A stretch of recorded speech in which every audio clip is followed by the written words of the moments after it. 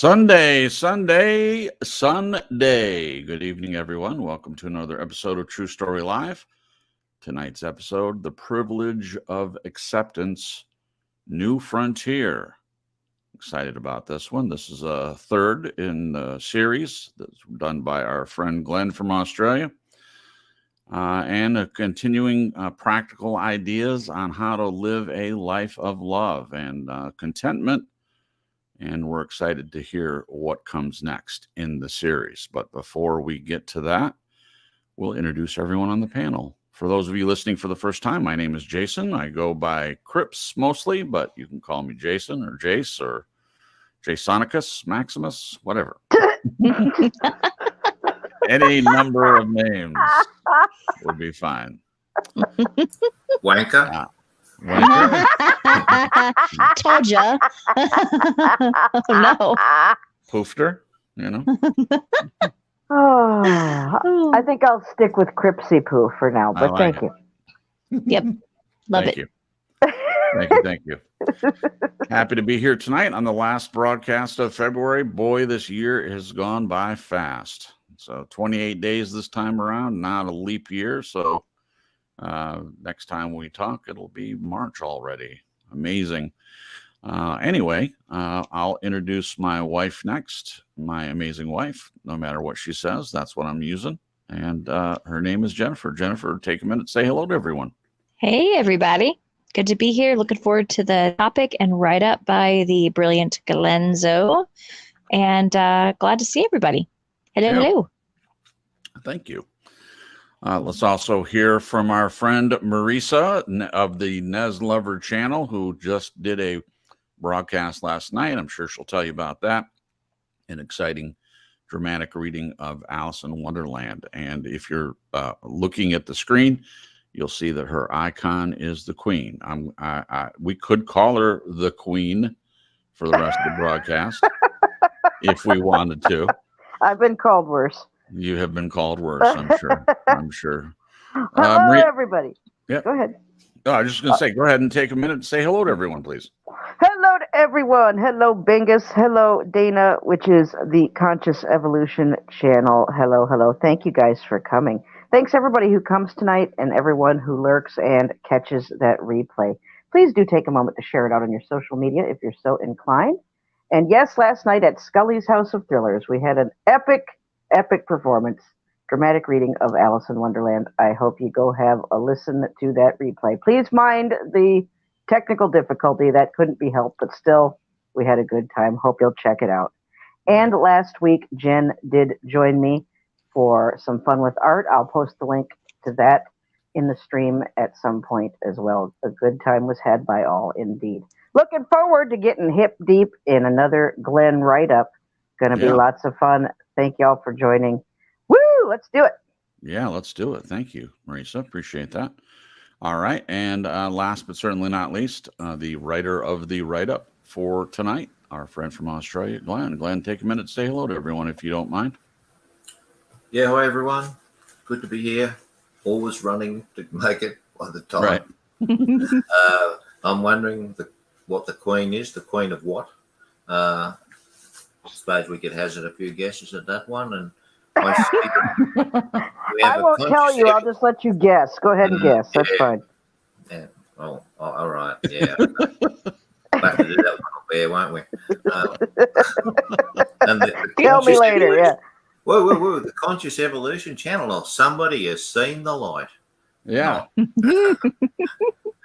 That's our friend Dana. Everybody say hi to Dana, the Conscious Evolution channel. Yeah. Hey, Dana. Hey. I hope she knows it's real. Yep. Conscious Evolution. Yep. Thanks. Yeah. Have fun, guys. Yeah. I know we're not speaking about God. We only get a very few people to come along, but I'm not sure whether I should apologize for that or not. No, probably not. So I don't think you need to apologize for anything. It's okay. all good. Thanks, Chris. Yeah, I mean, people. The word evolution doesn't always mean the same thing. Conscious evolution could be a reference to being awakened in the mind. Conscious evolution. We're all evolving in some way, hopefully, if we're introspective, growing and changing every day. That's an evolution. Definitely not the same person I was, even 5-6 years ago, let alone 10 or 20 years ago. Hope I'm always evolving consciously. Otherwise, it would be kind of inconvenient. Unconscious evolution would be problematic at best. So conscious evolution. Love it.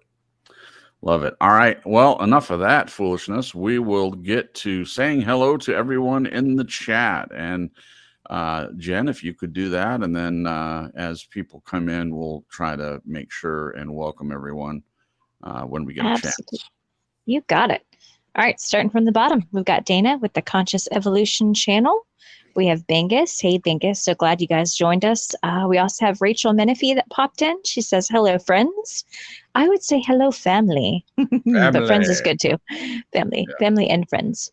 And then us, Nez, me. Glenn hasn't popped into the chat yet. Shame and guilt. Oh, Christ is the truth. Hey, Christ is the truth. Good to see you. Yeah, we're having a good Sunday. How about you? Yeah. Good to see everybody. Wonderful. Yeah, thank you guys for being here. We appreciate that. As I said, as people pop in, we'll try to make sure and say hello to everyone. Everyone take a second, if you would, and say hello to Dana, the Conscious Evolution channel. And she did say that it is a spiritual awakening thing. So it's a he. It's a he. Dana's a he. Oh, he. Oh, sorry. gosh. Sorry about that. That's okay. I can't really see the thumbnail on my screen. Yeah, it's tiny. I know. I have known a couple of Danas that are guys on both sides, guys and girls. I shouldn't have assumed. Beautiful name any way you slice it. Yes. Yep. Yes. Absolutely.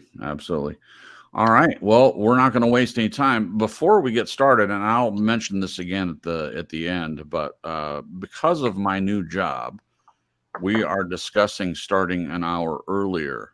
And if everyone agrees, now everyone on the panel has agreed to give this a shot. We may find out that it doesn't work out for everyone involved, and we might have to change it back. But for me, after a broadcast, it takes a while for me to shut down. And with my job starting, you're all revved up. Yeah, I'm all revved up. Been engaging for 2, sometimes more hours. So I have proffered the possibility of starting a little bit earlier. So I would have some wind down time before I have to go to bed. So this is all about me and nobody else, but everyone has graciously agreed to give it a shot. So please, if you have any issue with us starting an hour earlier, so for us, that would be 7 p.m. Eastern Standard Time instead of 8 p.m. Eastern Standard Time.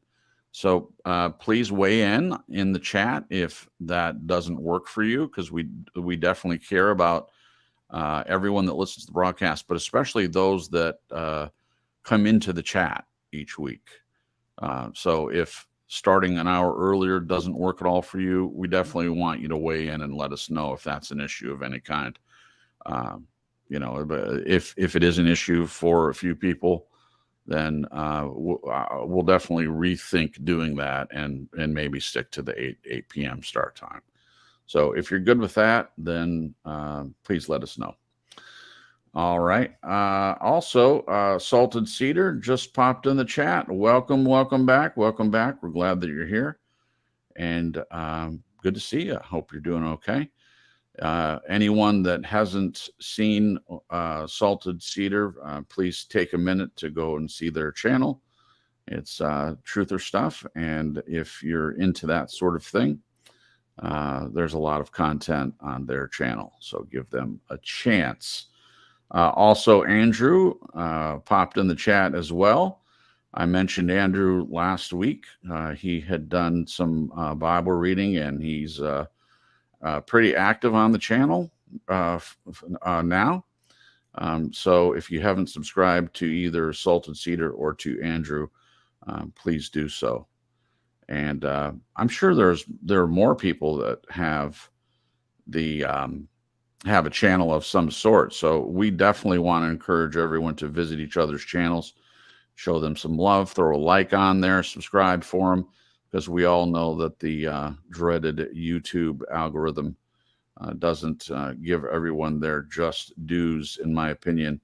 A lot of channel should have more subscribers, in my opinion, but they're just not picked up until you hit 1,000. So there we go. All right. With all that out of the way, we will get started. Thank you again, everyone, for being here. All right. Starting with the write-up, the topic is the privilege of acceptance, new frontier. Starts with a quote. It's our origins. My life started in the desert. I was born in the middle of the desert. I stepped my first steps in the desert. My father was a nomad. My grandfather was a nomad. That's by Mohamed.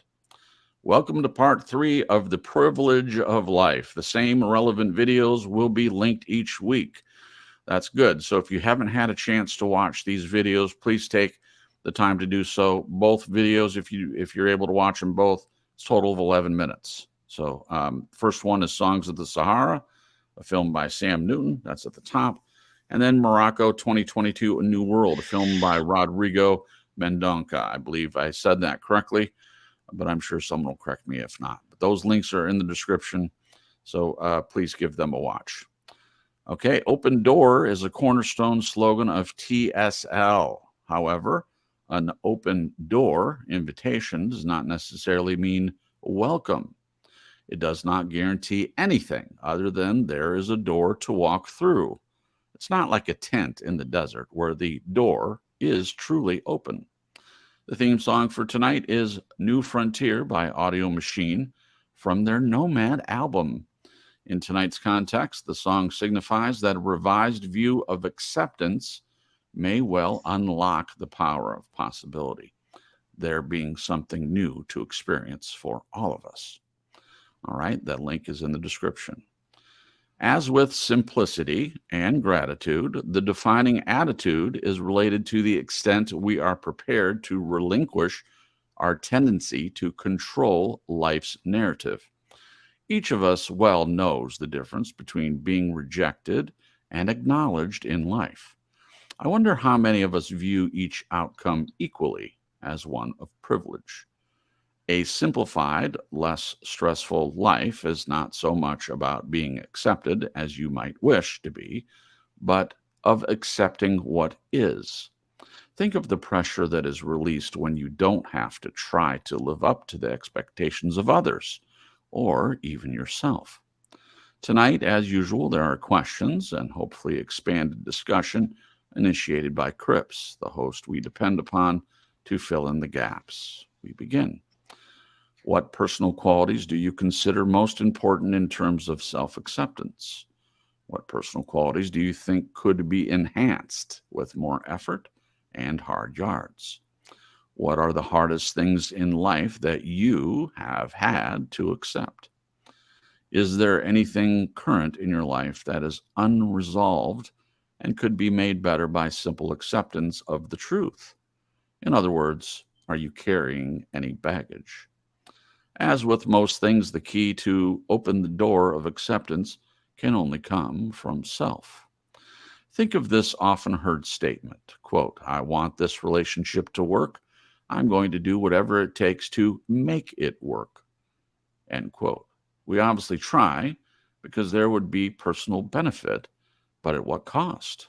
Hence, how does one make a relationship work? What is the cost of trying to make a relationship work? Do you think focusing on acceptance diminishes the experience of living in the moment? Why do we find it so difficult to accept that we don't always receive what we wish for? Following on, there is another often heard statement when things don't work out.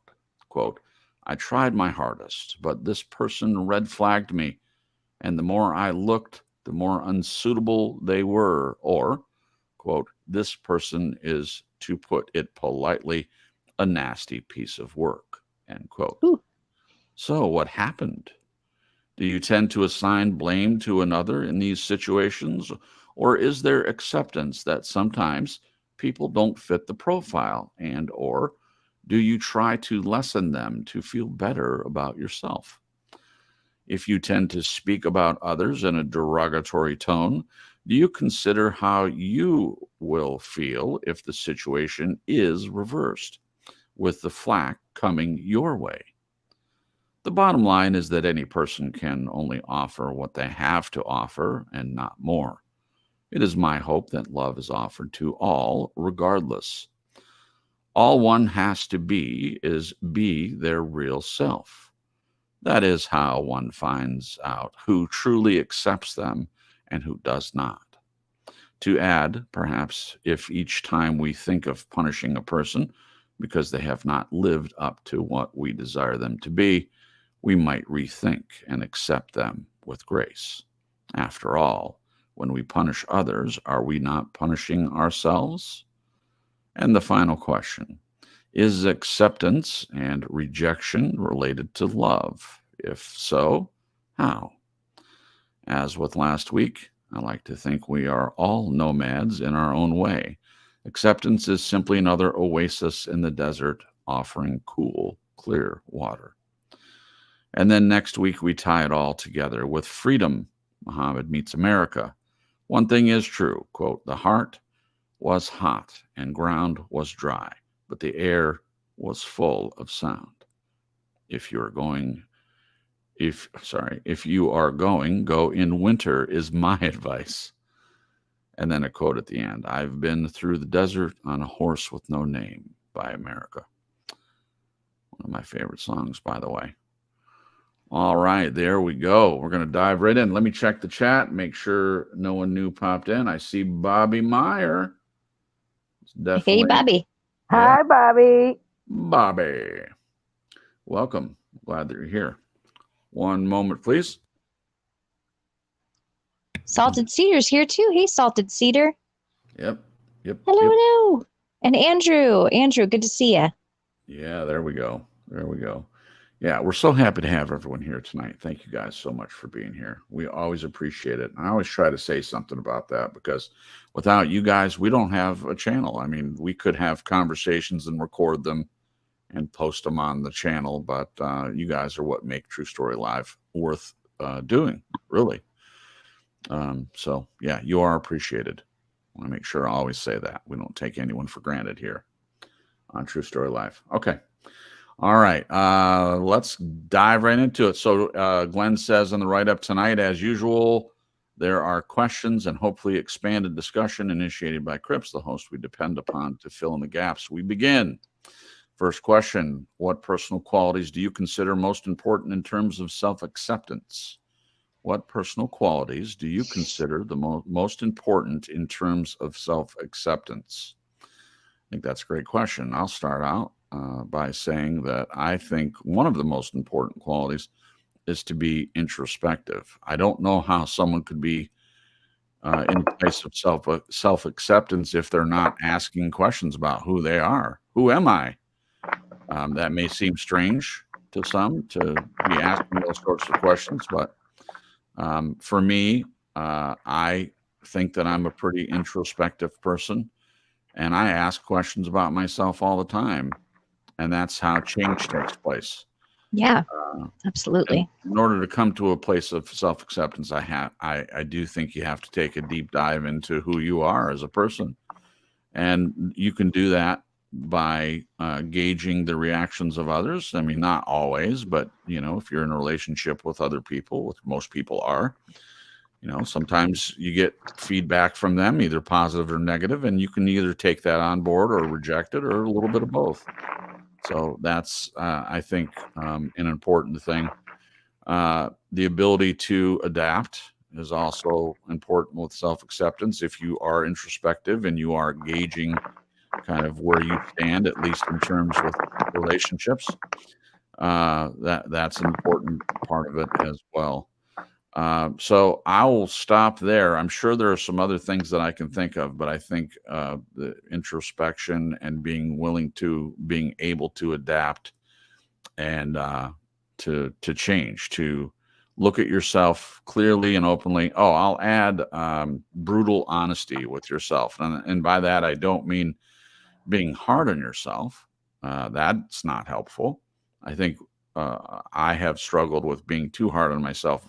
Harder on myself sometimes than other people are, and I've worked on that for a long time. And I think it's something I'll always be working on to be more self-accepting. And I'm certainly not saying I've arrived, but those few qualities that I mentioned are the first things that pop into my mind and to be important in terms of self-acceptance.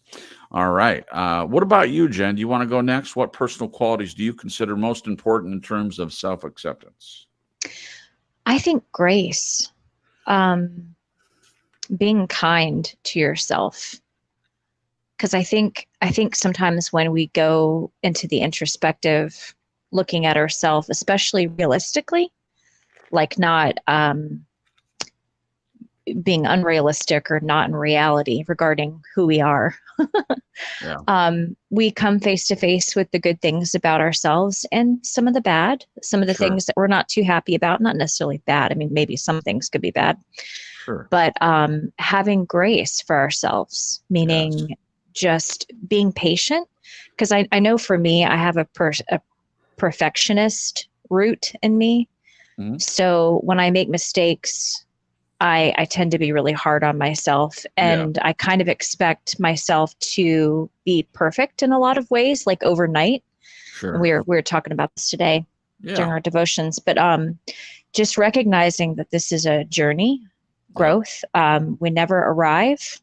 It's always, the next step and learning a little bit more and a little bit more and growing and stretching, which can be painful sometimes. Sure. So just having patience and grace for ourselves as we look inward is very important, I think, to self-acceptance. I would agree. Now, one of the things you said is we never arrive, and I agree with you, but what does that mean to you, we never arrive? I'm not consciously aware of me thinking as a kid or a younger adult that, I have this goal that I want to get to as a person. And after that, it's coasting, relax and big sigh of relief. I've made it. I'm as good as I'm ever going to be. Now Exactly. Exactly. So, what was your question? Shoot. No, you answered it. My question. Oh, okay. I wanted you to explain a little bit what you mean by you never arrive, and you did. Yeah. Yeah. So it's just even recognizing that this life is a journey. We're going to be learning things up until the day that we die, I would hope. Yeah. For me, learning is so much fun. And of course, there's painful parts of it, especially when it has to do with our own stuff. Yeah. But I would rather go on the journey of learning myself in order to better learn the people around me about life. Yeah. Than to fool myself into thinking I've arrived. And I just feel like that would be very boring. Yeah. Agree. I think it makes life so much more vibrant and colorful and rich because of the journey of self-discovery and learning and growing and changing. So I thank you, Jen. I think that's the whole purpose we're here. So for me, regardless of whether you think this is all you get, this life, whatever your beliefs are about there being an afterlife or not, I agree with Glenn that regardless of whether you think this is it or whether it goes on, this life is important. And there are quote unquote Christians that kind of have an attitude of, well, the real life is going to happen in the afterlife. In eternity, that's going to be the real life. And so this life doesn't matter as much. I've heard the term, you're so heavenly minded, you're no earthly good. And I have met people like that it's almost like they have an excuse to be a jerk in this world. And that makes no sense to me. As a believer, you should be, in my opinion, growing and changing every day. And it doesn't mean that this is a throwaway life. Now, that's a topic for another time, I suppose. But I'm just saying in terms of this idea of we never arrive. I think that each person should be doing the best they can to grow and change and to be in this place of self-acceptance. I think it's super important. So thank you, Jen, for your answer. And I appreciate you answering the follow-up question. All right, Marisa, you're up next on this. If you don't mind, what personal qualities do you consider most important in terms of self-acceptance? I agree with what you two just said, and certainly honesty and grace and patience absolutely are essential. Right. You must remain. Um, you shouldn't get over dramatic. We all have shortcomings, and I know that I've had many times where I spend a little too much time fixating on those problem areas, Sure. or maybe making more of them than what they really are. Just keeping your wits about you, not letting your emotions carry you away to somewhere where Yeah. things really aren't. Right. Um, and I think it takes a good deal of maturity to take a look at yourself and be introspective Yeah. and Absolutely. realize where the good and the bad and the ugly all falls as far as your own self is concerned, Right. and be open not just to accept who you are, but open to accept that it's okay to work on Yeah. whatever needs worked on. There's Right. people walking around out there who don't accept that kind of thing or live in denial, and Right. those aren't things you want to do.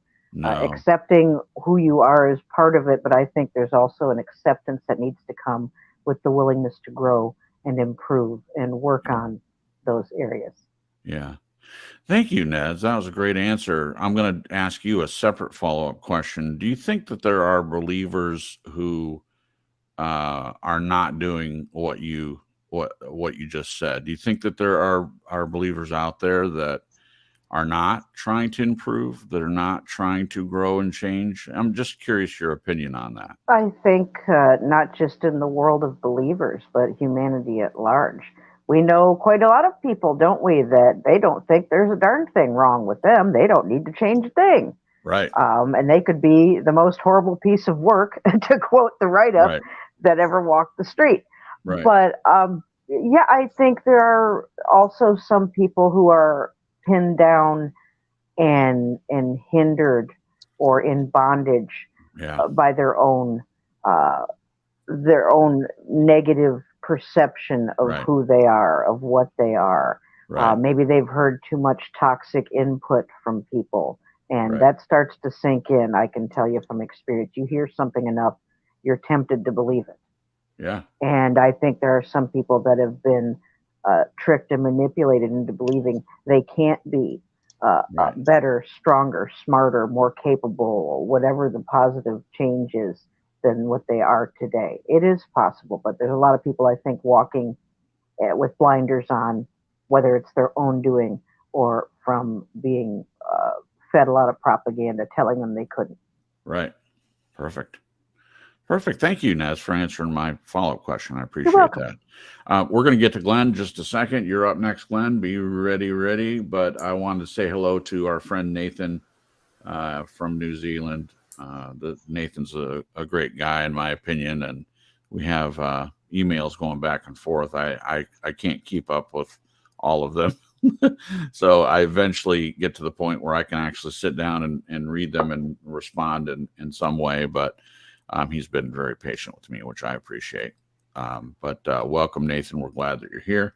And after Glenn answers, there have been several, in my opinion, some great comments in answer to this question, which I'm going to read in just a moment. But first, we'll hear from Glenn. What personal qualities do you consider most important in terms of self-acceptance? Glenn, what's your opinion? Well, I was so heavily role modeled by my parents throughout their whole life, and to be honest, a lot of it stuck. I can see it as clear as day that attitude that they had to be considerate, to be empathic, to have principles, integrity, all those values based things that you can lay out. There's quite a lot of them. Yeah. And I think, from my point of view, if I didn't try at least to do my best to behave in the way that I was role modeled by them, I think it would be leaving me asking some very serious questions as why aren't I doing that? Yeah. So Okay. I'd say the values-based things come to me as paramount regarding acceptance. Okay. Perfect. Thank you, Thank Glenn. you. All right. A couple comments.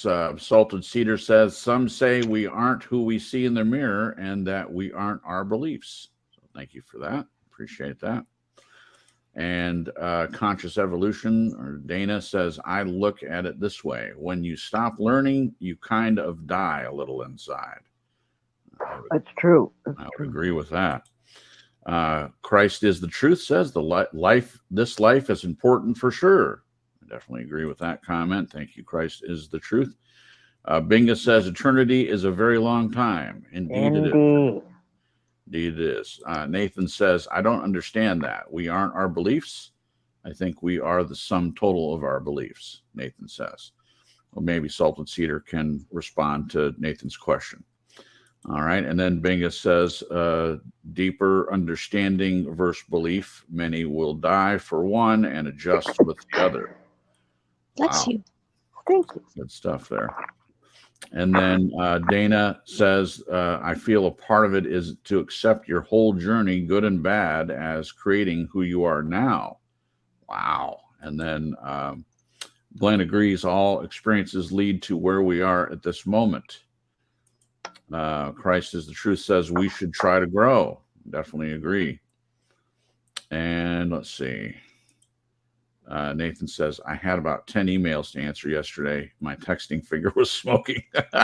Yeah, that's because when I sit down to answer your emails, I try to catch all of them as best I can because I'm not checking it every day. But so on weekends now with my new schedule, I probably won't have a whole lot of time to answer emails till the weekend. So that's why that is, Nathan. But Nathan also says, I tried to grow up the opposite to my dad, but in doing so, my mom says, quote, you're just like your father. Uh-oh. Wow. Yeah. Is it a good thing or a bad thing? Well, I think the way he's saying it, it's probably not a good thing for Nathan if he's trying to grow up the opposite to his dad. It's interesting, if we try not to be like our parents, we tend to gravitate toward that anyway. I don't think it's necessarily inevitable if you see that. I mean, for me, my dad has a lot of good qualities. And so those qualities, I'm glad I'm like him, but he has negative qualities just like everyone does. And I'm aware of some of them. And when I hear myself sounding like him in the negative qualities, I catch it. And I try to change it. And I think that's kind of the way it works. So anyway, there we go. All right. Next question. What personal qualities do you think could be enhanced with more effort and hard yards? I like how Glenn combined the two things here, more effort and hard yards. So for those of you that haven't heard the term before, it's a term my mother used in saying, it's like difficult things that happen in life. If you use scripture, you could use struggles, hardships. I think everyone gets that. So what personal qualities do you think could be enhanced with more effort and hard yards? We'll start with Nez this time, if you don't mind. Not at all. Patience comes to mind, and that's something I struggle with quite a bit. It never ceases to amaze me that no matter how much patience I think I've acquired, it doesn't take long for me to run short on that. So that's something I need to continue to work on. If that takes hard yards, so be it. But and I will say that the tough times do or have helped me in that area. But Sure. apparently, I still need a little bit of work. Yeah. Still a work in progress, as are we all. Yeah. Well, you've heard the term, if you pray to God for patience, he gives you things to help you be patient. To test your patience. That's right. Test your patience. Yeah. Exactly. So I guess the key there is be careful what you pray for, right? Exactly. Yeah. I think that the hard yards that we all face can enhance, if we're paying attention, it can enhance any qualities that we're dealing with or we're working on. And when you add effort to that, when you're looking at yourself openly and honestly, not beating yourself up, but you're introspective and you're working towards, like the first question was self-acceptance. This one, what qualities do you think could be enhanced with more effort and hard yards? Because in this world, I think we probably all agree there are going to be hard yards. I don't know anyone whose life is just totally perfect. I've never met such a person. I have met people that seemed like on the outside to me like their life was pretty easy. That has happened. But when you get to know a person like that, they have things that aren't going as well for them. It may be different than yours. So I think everyone faces this hard yards. Now, whether they put effort into change or not, as Nez pointed out aptly, in my opinion, there are people on both sides of belief out there that don't seem to want to change. They seem like they're the same. They're not ever growing. They're not ever changing. And, they're the same person they were 40 years ago. I've run into that quite a bit. So for me, the personal qualities do you think could be enhanced? Anything that you feel needs to be changed in working towards self-acceptance. This overall series, in my opinion, is trying to help practical ways to live in love. So I'm going to equate it to that by saying that my desire is to be a loving person, to love myself as Jesus said we must do, for the purpose of being able to love others and to love God with everything. So I want to live in that. I want to be a light. I want to be a lighthouse. I want to represent, if I call myself a Christian, I want to represent Christ-like attitudes. So anything that doesn't seem to line up with that, it needs more effort. And those are the things that I'm going to want to focus on. Now, I've talked about this before. For me in the past, it was getting upset in traffic at people. And recently, it has been the neighbors upstairs. We live in a 3-story apartment, and we're on the middle floor. And for some reason, the people that live above us on both sides, our apartment stretches from all the way on our floor, from both sides. So to the front parking lot, there's a lake in the back, or a pond. And so we've got 2 people that live above us, 2 separate units. So on both sides today, it seemed like, I don't know what they're doing up there. I don't know if they've cut a hole in the wall and they're running from one end of the apartment into the next apartment or what. But it was very frustrating. I have weekends to wind down and relax. And it was very frustrating. So I handled it fairly well. I complained a little bit to Jen about it, because it's an ongoing thing. But I didn't let it ruin anything. So this would be an area that I want to improve. I want to be loving even toward the restless neighbors upstairs. They're not respecting us. That's the reality. They're acting like they don't care that people live below them. That's my opinion. And slamming doors and banging around and jumping up and down on the floor. Probably kids, and I understand kids are going to be kids. I get that. And I also understand that apartment living is like this sometimes. Sometimes there's more noise than you want there to be. But I think that people should be respectful. If they live over someone, they should try to be aware of that. I'm certainly aware that there are people below us. Jen says I'm a heavy walker. I don't agree with her, but that's what she says. But I try not to stomp around. I try not, if I'm walking, especially in the kitchen on the tile instead of the carpet, I try to be aware of that. I'm not saying I'm perfect. I'm sure the people below us have hurt us at one point or another, but I'm certainly not jumping up and down on the floor. I'm not banging around on the walls, and I'm not slamming doors. Now, that doesn't mean I'm a perfect person in any stretch. It just means that I'm trying to be more respectful. So in this area of practical ways to live a life of love, and then to apply it to Glenn's question, what personal qualities do you think could be enhanced with more effort and hard yards?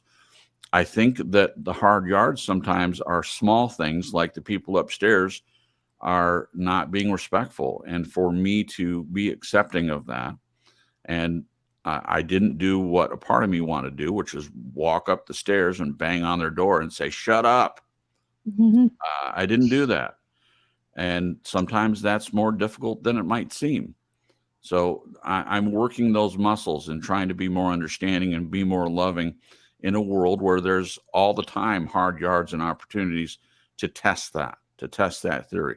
Am I really loving? If I say I'm wanting to be more loving and instead I'm taking it out on people, taking my anger out, and I'm not giving them grace, am I really loving? That's the question. And today was a small victory for me, at least in that way. But who knows what's going to happen next week? Maybe I have a bad day and maybe I give into my baser instincts and go up and give them what for. But it didn't happen today. What do you think, Jen? What personal qualities do you think could be enhanced with more effort and hard yards?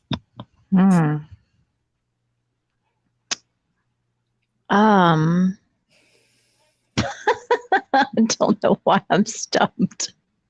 I was trying to remember what the topic was. Acceptance. Okay. Yeah. Ask the question again for me. Sure. What personal qualities do you think could be enhanced with more effort and hard yards? You know, I think one of the things it's weird because, like, on one hand, it's not hard, but on another hand, maybe it's just circumstantially, it just differs from circumstance to circumstance. But accepting other people where they're at, because I have this kind of mind where if I see something I think is amiss, I'm like, oh, maybe they should do this and maybe they should do that. And if they did this, they'd be happier. And Right. it's like this therapist fixer mentality or something. Right. And I've been working on just accepting people where they're at. And I'm not their savior. I'm not their junior Holy Spirit. I'm not their universe. I'm not, it's not my job. And I think it comes from a loving place. I don't think it comes from like a holier than thou, or like, I'm sure there's been some moments that I'm like, wow, I'm better, we all have those moments, but Sure. I want people around me to be happy, really and truly. And so when I see somebody else that I can see like a pattern or a struggle of some sort, there's a part of me that back from childhood that feels responsible for other people. So I think that's why it segues into this wanting to fix people or give them some kind of like, info or something that could help, or a book or something, whatever. Yeah. But really and truly accepting people where they are at and not judging them, just loving them. That's kind of the journey I'm on right now. And it is difficult sometimes, but I feel like every day that goes by that I'm exercising those particular muscles, it gets easier. Yeah. And it's, there's a peace in that too. And I do think it's loving. I think, to look on another person that, like, for example, you can tell they're struggling with something you struggled with in the past. And the reason you see it is because you've worked through it and you're still working through it, but you've gotten some ground behind you that you've walked on to be able to look at and then see a pattern in somebody else. And it may not be identically the same, and then want to help them. Now, unsolicited advice is just not the best thing since sliced bread. So, hey, by the way, you should fix this. No, just pray for them and love on them where they're at. And if they need help, they'll ask, but just accepting them, I think is a good example. Yeah. Oh, good answer. Gosh, you guys have great answers tonight. I mean, you usually do, but particularly tonight, I think. Great answer. Okay, let's hear from Glenn on this one. What personal qualities do you think could be enhanced with more effort and hard yards? What's that look like for you, Glenn? It looks quite a bit like what has been said already. The words that I had in my head were tolerance and judgment. Oh, yeah. The judgment one, I can, not that, I'll give you the Christian example, is that, look, seriously, years ago, I listened to when I first started, when you started doing blog talk, and I was listening to the so-called Christians, and Yeah. I'm sort of cringing, and I'm Yeah. thinking these people are absolute idiots. Like, Yeah. and I just could not believe that anyone could be in my head so Yeah. stupid like, what on earth are these people doing to themselves now? Just Right. in that 5 or 6 years since we've done the show, I had to force myself seriously to try to be less judgmental and more Yeah. tolerant, and I put in quite a deal of effort for it to it. So Yeah. I think I've got to a good place now, whereas I'm much more accepting, Yeah. Well, I that's think good. way less reactive. I think you are too. And just first of all, thank you for bringing that example, because I remember when we started, and I, as I said in answer to the first question, I feel like I'm introspective, and I remember who I was then, and I know who I am now, and thank God I'm not the same. And certain things don't change, and that's a good thing if they're good qualities. But if they're bad qualities, I would hope that I would change that. And so I would have to go back and listen to one of the earlier shows. But I even feel bad. We had at that time when Glenn joined the broadcast for a short time, we had the segment as part of TSL. It's Ask an Atheist, I think is what I titled it. And I regret that. Oh, wow. I regret it. Oh, jeez. I don't see Glenn like that anymore in terms of a label. In fact, at all. Like I have gotten to know Glenn a lot better over the past 6 years, and he's more than just an atheist, and he should have been more than an atheist to me at the time. So, Glenn, what you're sharing, you had it from your perspective as these Christians are idiots. And I'm sure that my perception of atheist was the same. These these non-believers. I know I had some attitudes like that. And I'm not in that place anymore. I am in a place where I can allow, not that I have any right to allow anyone to believe anything, but We know what you mean. I am able to have people believe what they want to believe, and it doesn't change a thing for me. And that's because I'm more firmly rooted in what I believe, and it's not a threat to me.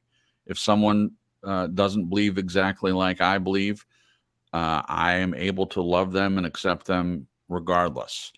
But the past 6 years has done a lot for me too, in learning to be patient, learning to be accepting. And as Jen said, we never arrive. I love that, because I think it's true.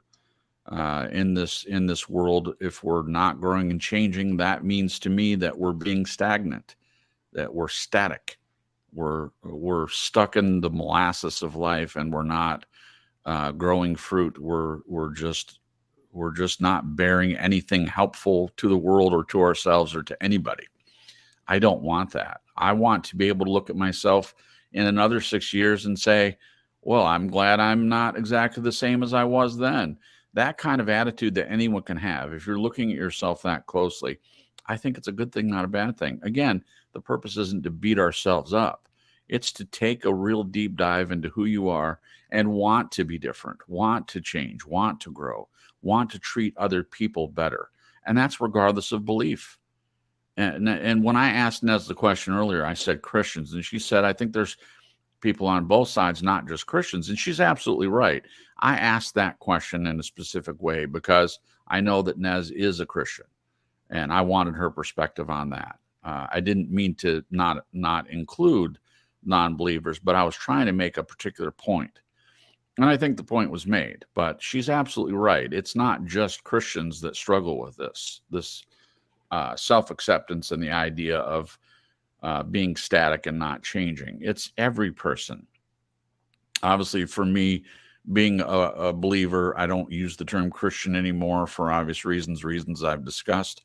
I've never really liked the word, but now I dislike it even more. And so in looking back 6 years ago, and hearing what Glenn said about that, and how far he's come. And he has come a long way, in my opinion. I felt like he was always polite. He may not have been reacting politely when he was on mute. I don't know. But I never noticed, a whole lot of vitriol or open anger or anything like that. So I am glad that I am not the same person and had the same attitudes that I did back then as well. And I hope, like I said, in another 6 years, I look back at who I am now and I say the same thing. Say that because I'll remember my attitudes now in 6 years. God forbid something horrible would happen that would affect my memory or my brain. But if nothing happens like that, then I'll want to continue to do what I've done for a long time, which is to continue to be introspective for the purpose of rooting out things that are not useful to me, to others, to God, to everyone. So there's all that. Did everyone answer that question? I believe so, yeah. Okay, let me just check the chat real quick. Let me see if anyone has any comments. Let's see. Just a moment, guys. Oh, the Conscious Evolution channel says, oh, in me talking about the neighbors upstairs, Dana says, oh, I had neighbors like that in Detroit. They were even shooting off guns. And then he continues, I didn't handle it right at all. I was taking 25-pound weight plates and throw them on the floor because I lived upstairs. One of the things I need to work on still, I guess. That's great. Yeah, it might be a good thing, Dana. You're the one that decides what you want to work on. But since you said that it might be something you need to work on, I'll just say, yeah, probably. And then again, Dana says, I love this chat. It's like a self-improvement thing. Renee answer, okay, it helps us all to open up and truly examine ourselves. Well, thank you. That's probably one of the nicest things you could say. I hopefully that's what this is. Always what this is. That's what we hope for on TSL. Self-improvement is one of the big things that everyone on the panel cares about, in my opinion. Rachel Menifee says, avoiding indifference is a quality we can always work on. Yes, indifference. Yeah, indifference is a disease, in my opinion. When you live in indifference, you don't care about anyone else around you. It's not only bad for you, it's bad for everyone else, because you could be making a difference. You could be the opposite of indifference, and you could make a difference in people's lives, and starting with you. But great comment. Thank you for that, Rachel. Appreciate that. Let's see. Let me just make sure. Bobby says, I'm an atheist. You can ask me anything. That's great. I may just take you up on that, Bobby. I can ask you if you're open to questions. I'll ask you questions for sure. Bingus says understanding doctrines is important. Yeah, because if you don't understand doctrines, then it's easy to fall into something that's not true. I have been I've been understanding doctrines for a long time. And if I didn't understand them, when someone comes up and presents their doctrine to me, how else am I going to determine what I believe is true and what I'm going to reject or accept? So I would agree with you that that's important. Let's see. And then Bingus says, in my honest opinion, belief is a restriction. Many will die for belief when in fact it may be invalid in truth. Wow. Yeah, I would agree with you that there are people probably throughout history that have died for a belief, and that belief may have ended up being untrue. Yeah, I would rather live in a world where people didn't have to die for their beliefs, but and that's not why Jesus died, but people have died in the name of Jesus, or with the Crusades and the horrible things that people have done in the name of God. Many people have died because of their beliefs or because of their unbelief. That is not something I espouse, and it's not a proud moment for anyone that calls himself a Christian, in my opinion. These are dark things that are easy for some to forget. I've not ever forgot it. And even though we're not openly killing people for their beliefs, at least in America, There are other ways we kill people metaphorically, and it's just as bad to yell at someone or treat them poorly online or say horrible things about them if our beliefs don't match up exactly. And I've talked a lot about that. So to me, that's just as bad as physically killing them in some ways, because you're murdering their spirit, and no Christian should be doing that. I think that all people should treat each other in love, and that's one of the things that's important in general on TSL, important to me personally, and certainly to everyone on the panel and this whole series, practical ideas of how to live in love, and that's what we're trying to do. Dana says, I don't consider myself Christian anymore, yet I believe in what people call God or Great Spirit in Jesus or Yeshua. Yeah, so I definitely can relate to some of that. So thank you for sharing that. You're welcome here, regardless of your beliefs. Everyone is welcome. So you don't have to believe a certain thing to be in the chat and to be involved in the conversation. But yeah, so I don't like the term, as I said. Doesn't mean that I can't be classified by others as a quote unquote Christian. I just think it's a word people use, and some people have no idea what it even means. So I just prefer the term believer, but someone could say, well, what do you believe in? And then, well, if someone asks that question, I can have an opportunity to explain it for someone that's interested, but I have no desire to push my beliefs on anyone, not anymore. And that hasn't always been the case. Binga says, seeking deeper understandings allows for adjustment and acceptance. Right on, Bingus. Thank you for that. Appreciate that. Let's see. I think that might be it. Oh, here's another one. This one's from Christ is the Truth. We should always try to treat each other the way we would want to be treated. Yeah, that's straight from Jesus' mouth right there. Do unto others as you would have them do unto you. Good call. Christ is the Truth. That's a great one. And then Dana says, laughing releases all kinds of endorphins and happy juice. Yes, it does indeed.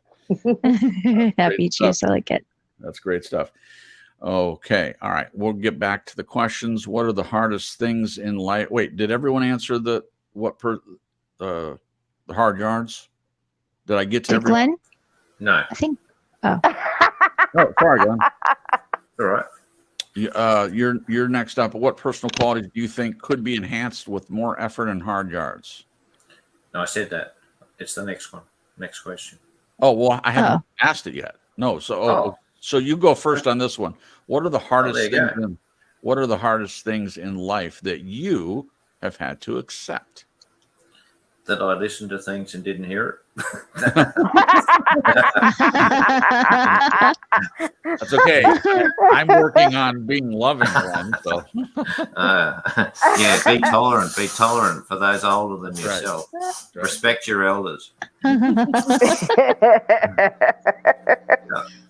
questions aren't so easy, eh?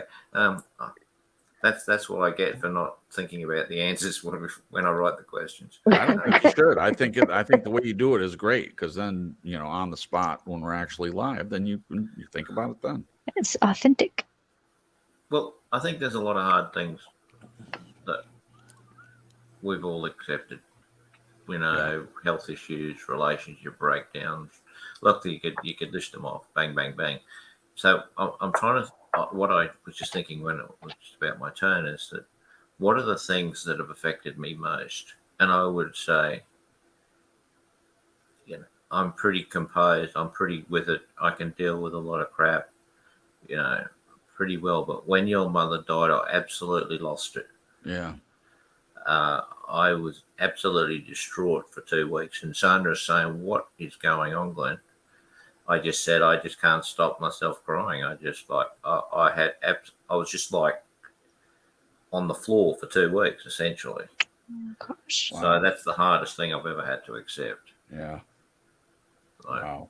But so that by not just by a little bit, by a country mile, as you might put it, I suppose. Yeah. Sure. So it's very obvious to me, that one. Yeah, that's a big one. I mean, I know that meant a lot to you. I mean, there's no way I can be inside yourself and know exactly what it felt like to you, but I was around during that period of time, and I can tell it really moved you.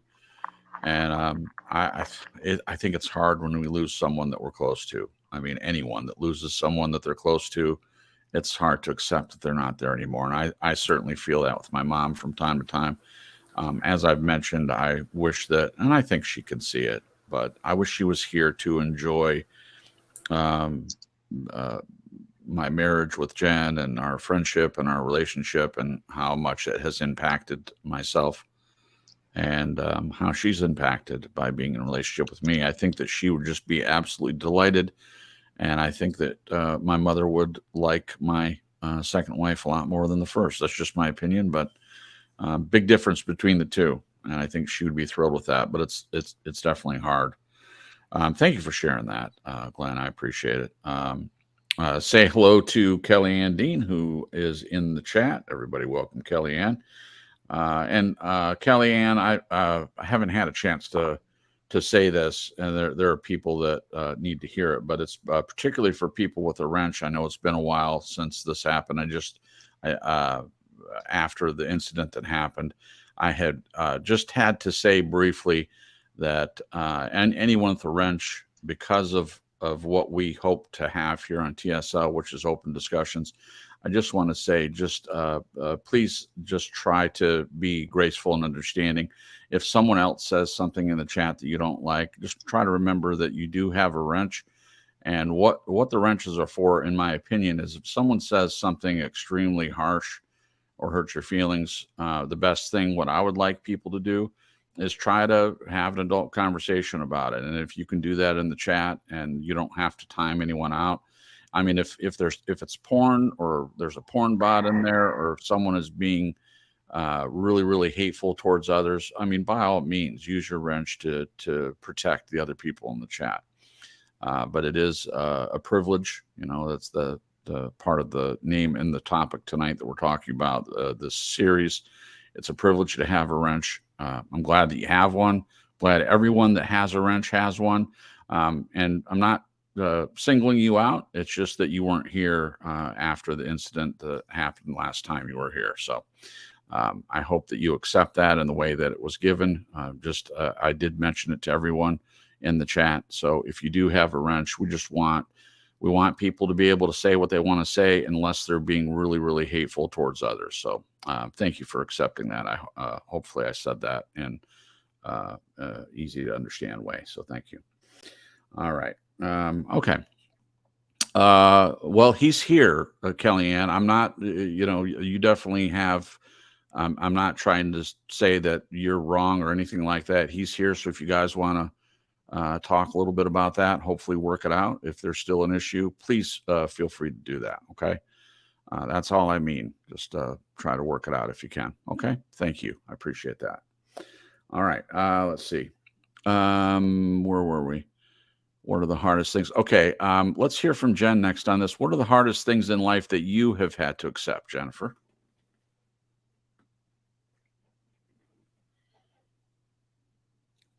Jen? You're muted. I don't know if you... There you go. Well, now you're unmuted, but I can't hear you. Speak to us, Jen. Oh, no. Okay. I don't know what's going on. Can you hear me now? Yeah, there you go. Yay! Okay. Yep. So what are the hardest You guys things able to hear me? Yeah, I can hear Yeah. you. Can you hear me? I can hear you. Yep. Okay, cool. Okay. I think I had to turn off the Wi-Fi because it disconnected. It was weird. Okay, cool. Okay. Ask it again, please. Yeah, sure. What are the hardest things in life that you have had to accept? I'll be honest, my parents, that has been the hardest thing for me in my journey. Well, one of the hardest, a lot of hard stuff. I don't know if anybody in the chat or you guys can relate, but it wasn't until my adulthood, and I think this happens to a lot of us, that I finally came to understand some things that happened in childhood. And there was a lot of regret and it was not, I mean, some of it was regret that I had toward things that I didn't do or ask for or knew that I needed, all that stuff. Right. But a lot of regret in the sense of, well, not regret. Hold on. Let me back up a second on my thought. So I have sort of wanted my parents, I guess, like in a way, to be more like me. And I think that's somewhat normal for us to maybe project ourselves onto other people and want them to be more like us, and maybe things would like flesh out better. Yeah. But I just needed a lot of different things from them, things that I did not get when I was younger. Now they did do some things right. And I know sometimes on the show I've been kind of angry and maybe didn't shine the best light on my parents, but they did do a lot of stuff right. But sure. I'm trying to think of how to word this. Just accepting them for who they are, right where they're at, and accept the fact that they are just not the parents necessarily that I always wanted. Gosh, that sounds really bad. It's like they weren't the parents that I never knew I always wanted, if that makes sense. Wow, that was well said. Yeah. And I went through a season like a year or two ago where I just wanted to twist them into what I needed so that I could have it so that I'd be okay. And I finally started this journey of accepting them where they're at, knowing that they love me, but that they're not me. They're not going to show love like I show love. They had different childhoods than I had. You know, they had different parents than I had, obviously. So it's just fully accepting them where they're at, knowing that they love me, knowing that, like everybody and myself, they're broken people. They have their own baggage that they're still working through. And but hooked up with that was me needing to let go of needing validation from them. I think I've waited my whole life for my parents to tell me who I am or what I'm here for. And I've just been waiting and waiting and waiting and waiting. And they just, I don't know if they didn't know that was something a parent should do, or it's not something that their parents did for them and they had to figure it out. And it was like, no one told me I had to figure it out, even though that seems very duh to me now. Yeah, right. But yeah, so it's just letting go of this fantasy of who I've wanted my parents to be and fully embracing them as they are. So I hope that made sense. That was kind of all over the place. Sorry. No, that wasn't over the place. Okay, good. I think you answered the question. It was great. It's a hard thing to accept. You know, we hope our parents are, you know, who we want them to be. And if they're not, that's a difficult thing to accept, especially when it affects your growth moving forward. But I know that you have worked on that and are continuing to work on that and not allowing that to hold you back anymore. So that doesn't mean it wasn't a hard thing to accept, but you accepted it just fine and continue to work through it. So that's good. Yeah. All right. Perfect. All right. Let's hear from Nez next. What are the hardest things in life that you, Nez, have had to accept? That the only one I can control is me. That's been a tough one. That's a big one. That is a big one. And that covers, you know, all your relationships. That covers your work environments, school experiences. For me, anyway, there's anything I would say that at the top of that list would be exactly that. Learning that I can only control myself and my thoughts and my actions and responses. That's an ongoing, everyday learning experience as well. Right. Beautiful. Very beautiful. That's a big one. I'll second that. Yeah. Thank you. Gosh, you guys, your answers are so good, everyone. Good question, Glenn. Good question. Yeah, it is a great question.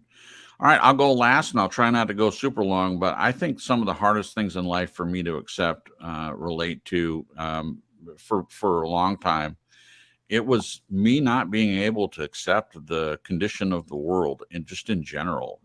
Specifically, I felt like I should be able to have a better job. I've tried for a long time to find something that worked for my life and a company that I could work for that would be accepting of me. And maybe I've been asking too much. Maybe that's part of the problem. But I seemingly kept running into these situations where the company was lying to customers, which I have a problem with, or they misrepresented the job, and then I get there and go through the interview process just to find out that I didn't get the job I actually thought I was getting. I had to start at somewhere else first in order to get what I applied for. And I'm not bringing those things up to complain. I'm in a completely different place now. I'm happy with my situation, but it's been hard for me to accept that. And I've struggled with it for a long time. And with the new job that I have, which is wonderful, I'm happy to have it. But I'm in a place now where I realize that a job that I have does not define me, and that is something that has changed. I'm not expecting that anything outside of myself, anything external, makes me who I am. But it has been a hard thing for me to get there, to accept that there are things in the world that I have no control over. I can only affect my own behavior. I can only decide that I'm going to act like an adult. I'm going to make better choices for myself. I can't affect another single person on the face of the earth. So in the area of jobs, I can do the best I can to be a good employee, but I can't make any company be I can't think of the word. Oh, that sucks when that happens. I was not legitimate, but I can't make a company have integrity. I can't make a company respect me as an employee, and that has been a problem. And I'm hoping that this time works out. I'm only a week into training, and it seems good thus far. But as I said, I'm not expecting to get my self-esteem from any company that I work for, but that's been something I've had to adjust to. A lot of times I would work for my dad for most of my life. I worked for my father, which was very difficult in some ways. And I certainly wasn't getting my sense of self-esteem from him, because he has been, until maybe the past decade, he's been a fairly critical person. I think as he's gotten older, he's softened quite a bit. But this has been a hard thing to accept. And I have many other examples, but my acceptance generally comes from not liking the world as it is, and I have to live in it. And that's been hard for me to resolve, or to come to grips with. So that's the example that came to mind. So that's the one I'm using. There we go. All right. Thanks for sharing. Well, thank you. Appreciate that. All right. I guess we lost one of our chat members. That's okay. I do openly apologize. I appreciate Glenn saying something on my behalf. I didn't want to do it like that, but it's the first time, and that person has been back. And I wanted to nip it right in the bud while I had a chance. I don't have the person's email or any way to get a hold of them outside of. I have her information for you. Oh, well, I don't think she wants to hear from me, and that's quite all right, because it seems like there might be a maturity issue. I don't know, but we do the best we can.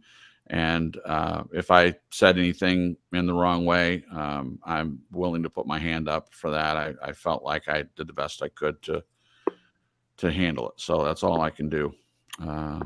But we wish people the best. People are welcome to come back anytime. And I never want to hurt anyone's feelings or upset them, for sure. And that's never my intention. But okay.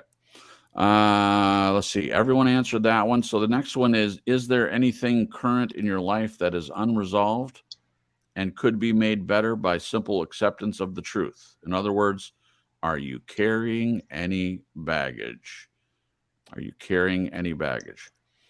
I'll go first. I think everyone carries a little bit of baggage, but mine's at this point, it's a little satchel, like a computer-sized bag, maybe. I hope that's true. I don't like unresolved things. And as we've talked a lot on this broadcast, when we have unresolved issues like anger or bitterness or hatred towards any group or any individual, unforgiveness, things like that, that's what I think of when I think about carrying any baggage. All those things is carrying baggage. It is one of the worst things, in my opinion, that a person can do, is to have unresolved things. I think the Bible's very clear about this. Don't let the sun go down in your anger. If you have a problem with your brother, go to your brother, resolve it first, then come and make your offering. So there are two examples right there for anyone that is a believer right there in Scripture, and there are more. So I have taken that to heart. I agree with what Scripture says. There's this idea of not holding anything against anyone. Definitely not allowing yourself to carry these things around for a long period of time. And in psychological terms, we know that sort of thing is frowned upon, even in the world. This idea of not letting things go, carrying a grudge, planning revenge, things like that.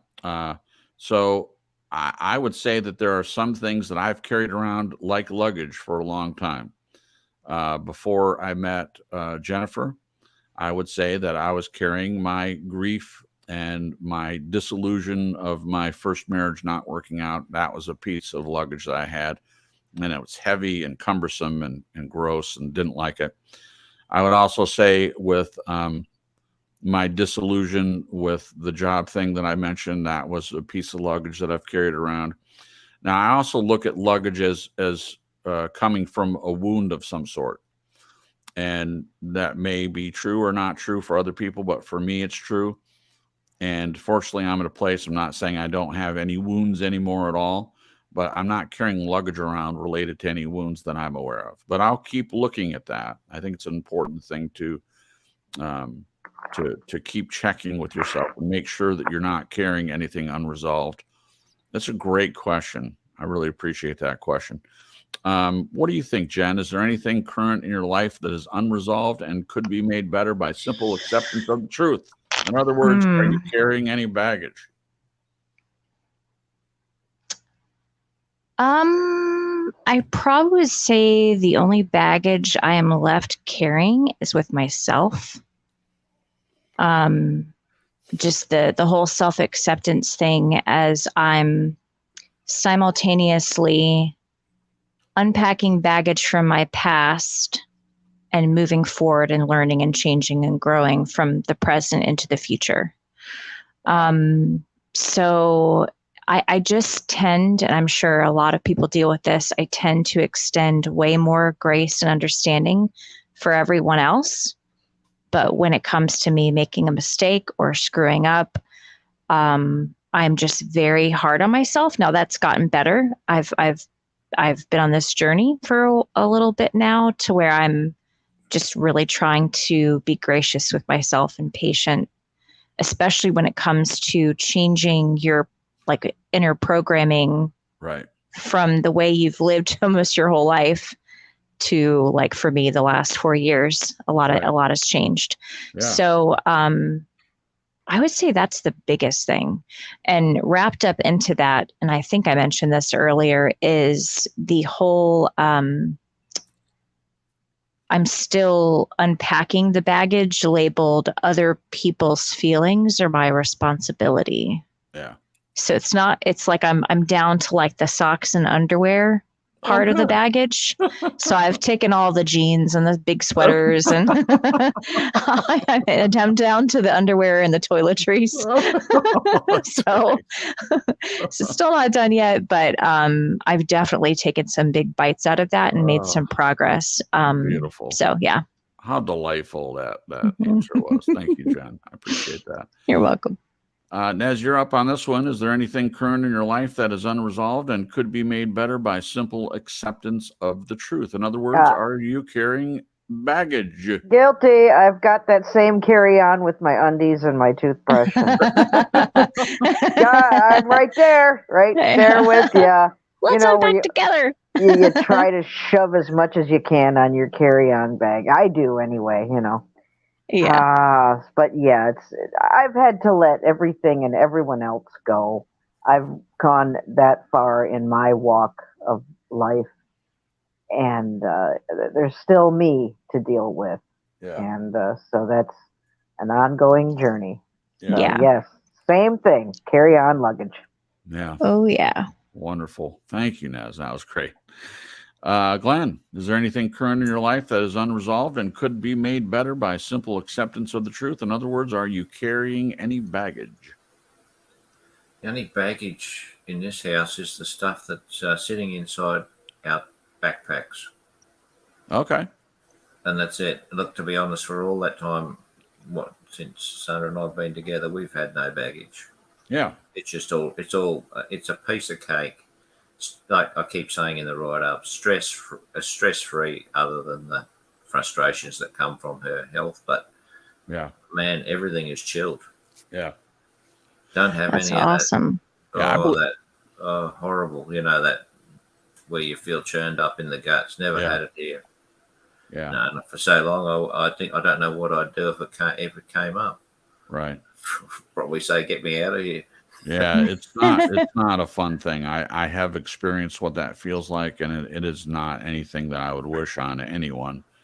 And not that you need me to say this, obviously, but I believe you. I see you as a person that doesn't carry around a whole lot of baggage unless you're taking a trip to Japan. And No, I that's don't right. take much there either. right. Exactly. I Exactly. travel light. I've learned the trick. That's a good thing. Yeah. All right, perfect. I wanted to say hello to Celine. She popped in there. I'm assuming she's still around, but she made a comment, and I saw her, but we were in the middle of some stuff, so I just wanted to make sure and welcome Celine. Celine is a friend of the channel, and she comes in from time to time, and we appreciate her just like we do everyone that takes the time to say hello in the chat. And you're welcome anytime. You can come and go as you please, and it's an open door. So. Thank you for being here, Celine. Appreciate you. All right, moving on. Think of this often heard statement, quote, I want this relationship to work. I'm going to do whatever it takes to make it work. We obviously try because there would be personal benefit, but at what cost? Hence the question. How does one make a relationship work? How does one make a relationship work? I'll go first again on this. How does one make a relationship work? This is such a great question because I have heard this term used before. And I was in this situation in my first marriage. It didn't last. It didn't even make the 3-year mark, but I knew her for 6 years. And it was difficult to be in a relationship with that person for me. But it was important to me. I felt like I was getting older, and there were reasons why I made choices to overlook red flags and things like that. I'm not saying I was a perfect person by any stretch of the imagination. I certainly was not. But it was a lot of work. She dealt with a lot of anxiety and depression, debilitating. Couldn't hold down a job, things like that. That was difficult for me. It felt like I had a lot of weight on me. Also, it felt like I was in the marriage alone. I didn't feel supported and encouraged unless it was something easy for her to do. And that was hard. And I had resolved to, quote, make, unquote, the relationship work. But I found an interesting thing that as much as I was willing to make a relationship work, you can't do it. It's not a one-sided thing. The other person has to be willing to be in the relationship. She decided to leave, and there was nothing I could do. I didn't try to do anything. She made it clear that she didn't want me to try. She said that she wanted to be caught, but she wanted to be chased, but she didn't want to be caught, which I've always thought that was a fascinating term. But the point of that I'm making is that there are some people out there that don't want to be in a relationship with you. And that was hard for me to accept. And I'm glad it happened. But I don't think anyone can make a relationship work. The other person has to be willing to be present in the relationship in order to have a relationship, at least in a romantic. Well, I think it's true with friendships too. If you want to be friends with someone and they don't really care to be friends with you, there's nothing you can do to make it work. to me, my relationship with Jennifer, we're not making anything work. It just works. And I know that's not true about every relationship. I've witnessed a lot of other relationships my whole life. And I was even told about romantic relationships or marriage in particular by two people I respected. I still respect them, but they're not around anymore. My grandparents, my dad's parents. I'll never forget, before I was even in a relationship, they would talk to me all the time about marriage is hard. You know, you have to work at it. It's difficult. And maybe it was for them. And maybe I'm just living in the clouds. My head's in the clouds, and I'm just, people say, well, you're still in the honeymoon stage. Well, we've been married for over 2 years, and it was hard yards except for the first 6 months. But it's been hard yards in some ways, in other ways, since the very beginning. But we have gotten through it without a hitch. And we're not like bearing down, trying to make it work. It just works. That's the way I think all relationships should be. Now, that's not always the case. Sometimes it might mean that in the relationship, there might be things that you have to work through, but you can't make, in my opinion, you can't make a relationship work. Either it works or it doesn't. You might have hard yards. You might have external situations that are difficult to deal with, but the relationship should be solid regardless of whatever you go through. That's just my opinion. Let's hear from Nez next on this. What do you think? Do you agree with what I said, or do you have an alternative view? How does one make a relationship work, Nez? What do you think? You're not going to make anything work in a relationship if the two people aren't flowing together and on the same page, in my opinion. You can tape things together. You can put up with things. You can ignore things to put up a front or a facade of a working relationship. And you might fool people. You might fool yourself for a while. But sooner or later, the tape's going to wear off, and the facade's going to come off, and the truth will be revealed. Right. And I agree with you when you said you can't make it work if it's not going to work, and that can be any number of reasons why. But it's either going to or it's not. And I think we need to differentiate between actively working in a relationship in a healthy way, where you are having consideration for the other person, where you are actively listening and being actively supportive. And that is work. That part is true. That does take effort. If you want to equate work with effort, then yes, that takes work. And you can make your relationship work better in that way, I think. But to take a relationship where one or both people are miserable for whatever the reasons, and it's ongoing, and nobody's moving, nobody's giving, and it's the same every single day, no, you're not going to make that work. That just means it's not right, and nothing's going to make it right, in my opinion. Okay. Well, good. Beautifully said. Not that you need me to agree with you, but I happen to agree. Thank you. What do you think, Jen? How does one make a relationship work? Is that possible? What do you say?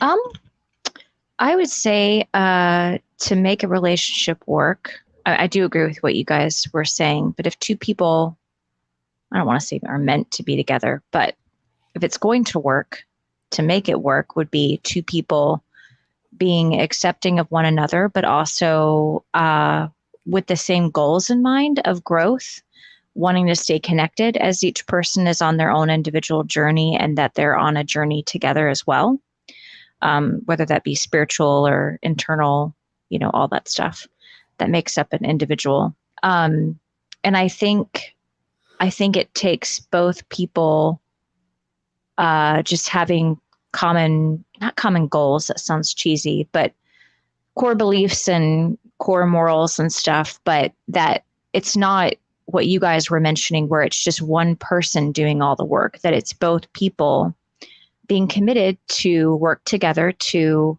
have that relationship, to grow together, to learn together, to change together. Yeah.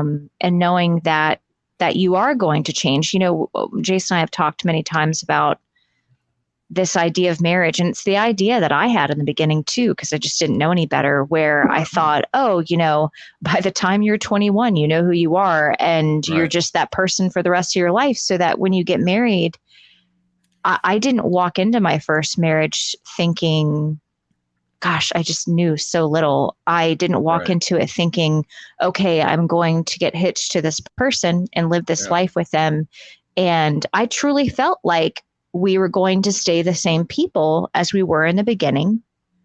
But then as I started to mature within the marriage, I recognized in myself that I wanted to grow and I wanted to change. And I saw some things about me that I didn't like. And he pointed out a lot of things about me that he didn't like.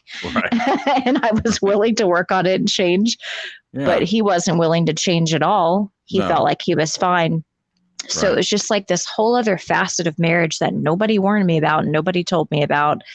And to the umpteenth degree, and I'm not going to get into that. But so it was one person wanting to grow and change and grow closer together and grow up together and learn together. And the other person wasn't on board with that. They thought I was the only one that needed to change, that I was the only one screwed up and broken, that they were fine, they were perfect.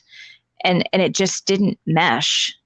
It was like, makes me think of a train car missing a wheel or something. It just was not good.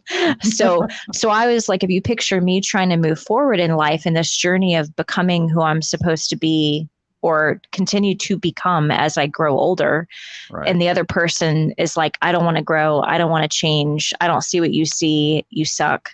It just wasn't, it was like we were stuck, It was interesting.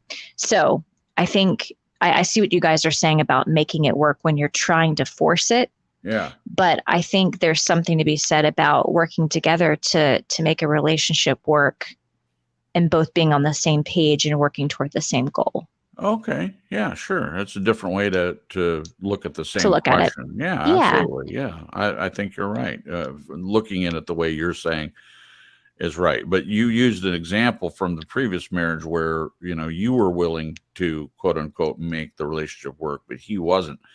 The key element there is you were willing to be introspective and you were willing to take the things, even if they were invalid. And in my opinion, without mentioning 10, 15 different things that he said about you that I think were patently untrue and you didn't need to change, you were willing though to do that. Yeah. And he wasn't. That was kind of when I answered the question. That was what I was referring to. You can't make a relationship work if the other person isn't on the same page. If they're not willing to make changes themselves, it ends up being fairly one-sided.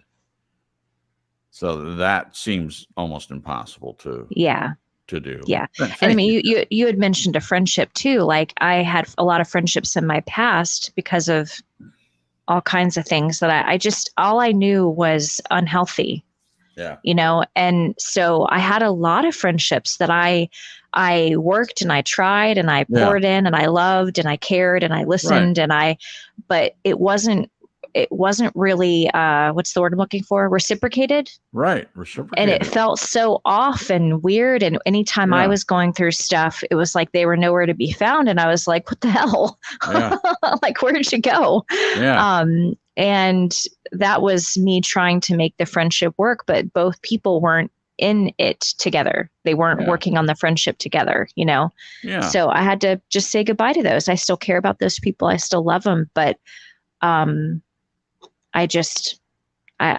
worth more than that, Yeah. It's like two people carrying a big chest and then one of them drops their end. Yep. Or being on a teeter-totter. I think most people remember what teeter-totters were. No. What is that? I'm just kidding. Seesaw. I know, I'm just kidding. I'm imagining being on a teeter-totter with Crips is just cracking me up right now. That's hilarious. I would love to see that. I'd pay money to see that. If that ever happened, I would not do what kids do. They get to the bottom and they jump off while the other person's at the top end, so they slam down against the ground. That's the point. Gotcha. That's not ever going to happen. So, in terms of, carrying something together and the other person's not holding up their end, it doesn't work. It just can't work. It's not to say that sometimes it feels like you're carrying a huge chest of something together. And I would call it external things rather than internal, but that's just my opinion. It's the way I look at it. But these are great answers. Let's hear what Glenn has to say. How does one make a relationship work in your world, Glenn? Yeah, well, here's an intelligent tale. First time round the block with a marriage. Okay, my wife's not liking me much, so I thought, okay, I'll fix this. I'll make it work. Right. So I thought, okay, what can I do? What can I do? Oh, yeah, I'll buy this and buy that. And you know what? She disliked me even more. Wow. I'm not joking. Seriously, she just she reacted to the fact that what I was doing, because she said, you're just being fake. You're just trying to hang on. And then when I reflected on this, you know why I did it? Stupidly. Yeah. I did it because I was fearful that she was going to leave. So I thought, I'll make it work. So I'll force it to work. Right. Well, is that not a freaking huge mistake? Sure. It does not work. And if anyone out there is thinking just buying flowers for Valentine's Day is going to make a relationship work, I'd say think again seriously, please. Yeah. Absolutely. And a lot of this starts because it goes right back to the beginning of the connection when there's some dysfunction in the rationale for the connection in the first place. A lot of this is really just playing it out. Right. It's just coming to the surface.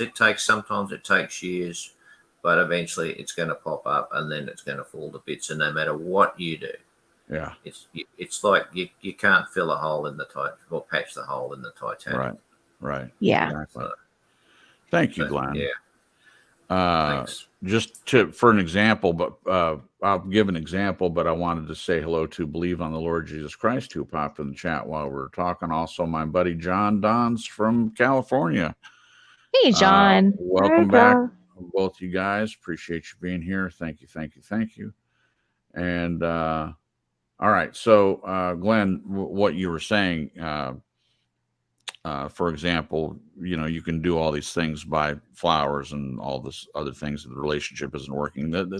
The first thing that pops into my mind, and I've told the story before, and I'll be real quick about it, but when my mom got disgruntled with the marriage the first time with him, he did all kinds of stuff. And I was the beneficiary of his attempts to get her to not leave.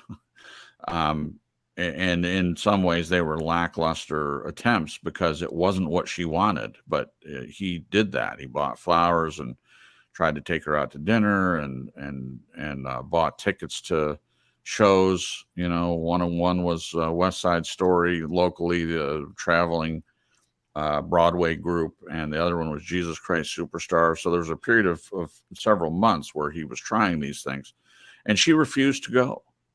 So none of his attempts worked. It was too little too late, and it wasn't even what she wanted. It wasn't what she needed either.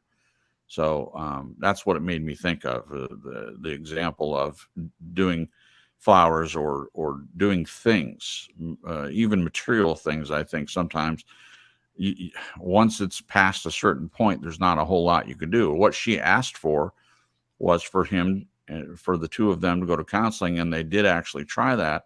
But his attitude was so bad. His attitude was, I don't need any help. She's the crazy one.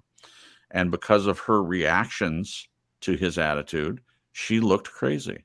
So he did exactly what he wanted to do. He wasn't concerned about patching the relationship up. Or changing. So he wasn't trying to make anything work at all. So she wasn't going to do that. I'm glad she saw that. But you can't do it at the end.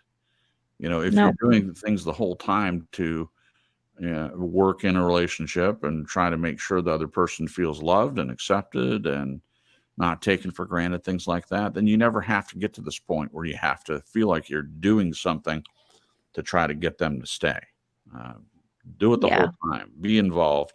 Be present in the relationship, and you hopefully will never have to deal with the problem that arises from not doing enough.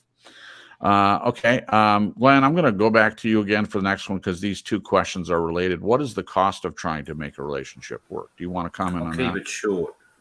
Your sanity. Yeah, that's short It's enough. insane to have to deal with this stuff. Yeah. And I'm sure there's a lot of people who've dealt with it. Yeah. Oh, and it's emotionally debilitating and will just send you down the hole. Yep. Boy, I never want to do that again. Thank you very much. Thank you, Glenn. Yeah, and I'll follow that up. I used the example of my first marriage, and I always come back to that because it's a good comparison between where I am now and what I faced then. It's in no way to demonize my ex-wife or anything like that. I wish her the best. I really honestly do. I hope that she's happy. I hope she finds something in life to give her what she needs and to fulfill her and all of that. I have no ill will. I'm carrying no baggage about that relationship at all. But there are good examples in it. So what is the cost of trying to make a relationship work? The cost was that I ended up alone. I tried to make it work. And again, it comes back to the reason if both people aren't invested in the relationship, if it's not important to both people, it doesn't matter what you do, it's not going to work. You can't make it work if it's not going to work. And I suffered a lot of grief because of that. It wasn't the loss of her particularly. It was the marriage not working. I had held it up as an important thing. It is important to me. Marriage itself, to be in a relationship with someone, to be in a marriage that's close and meaningful and beneficial to both parties, things like that. Just a couple of examples. And the cost is, I liked Glenn's answer, your sanity.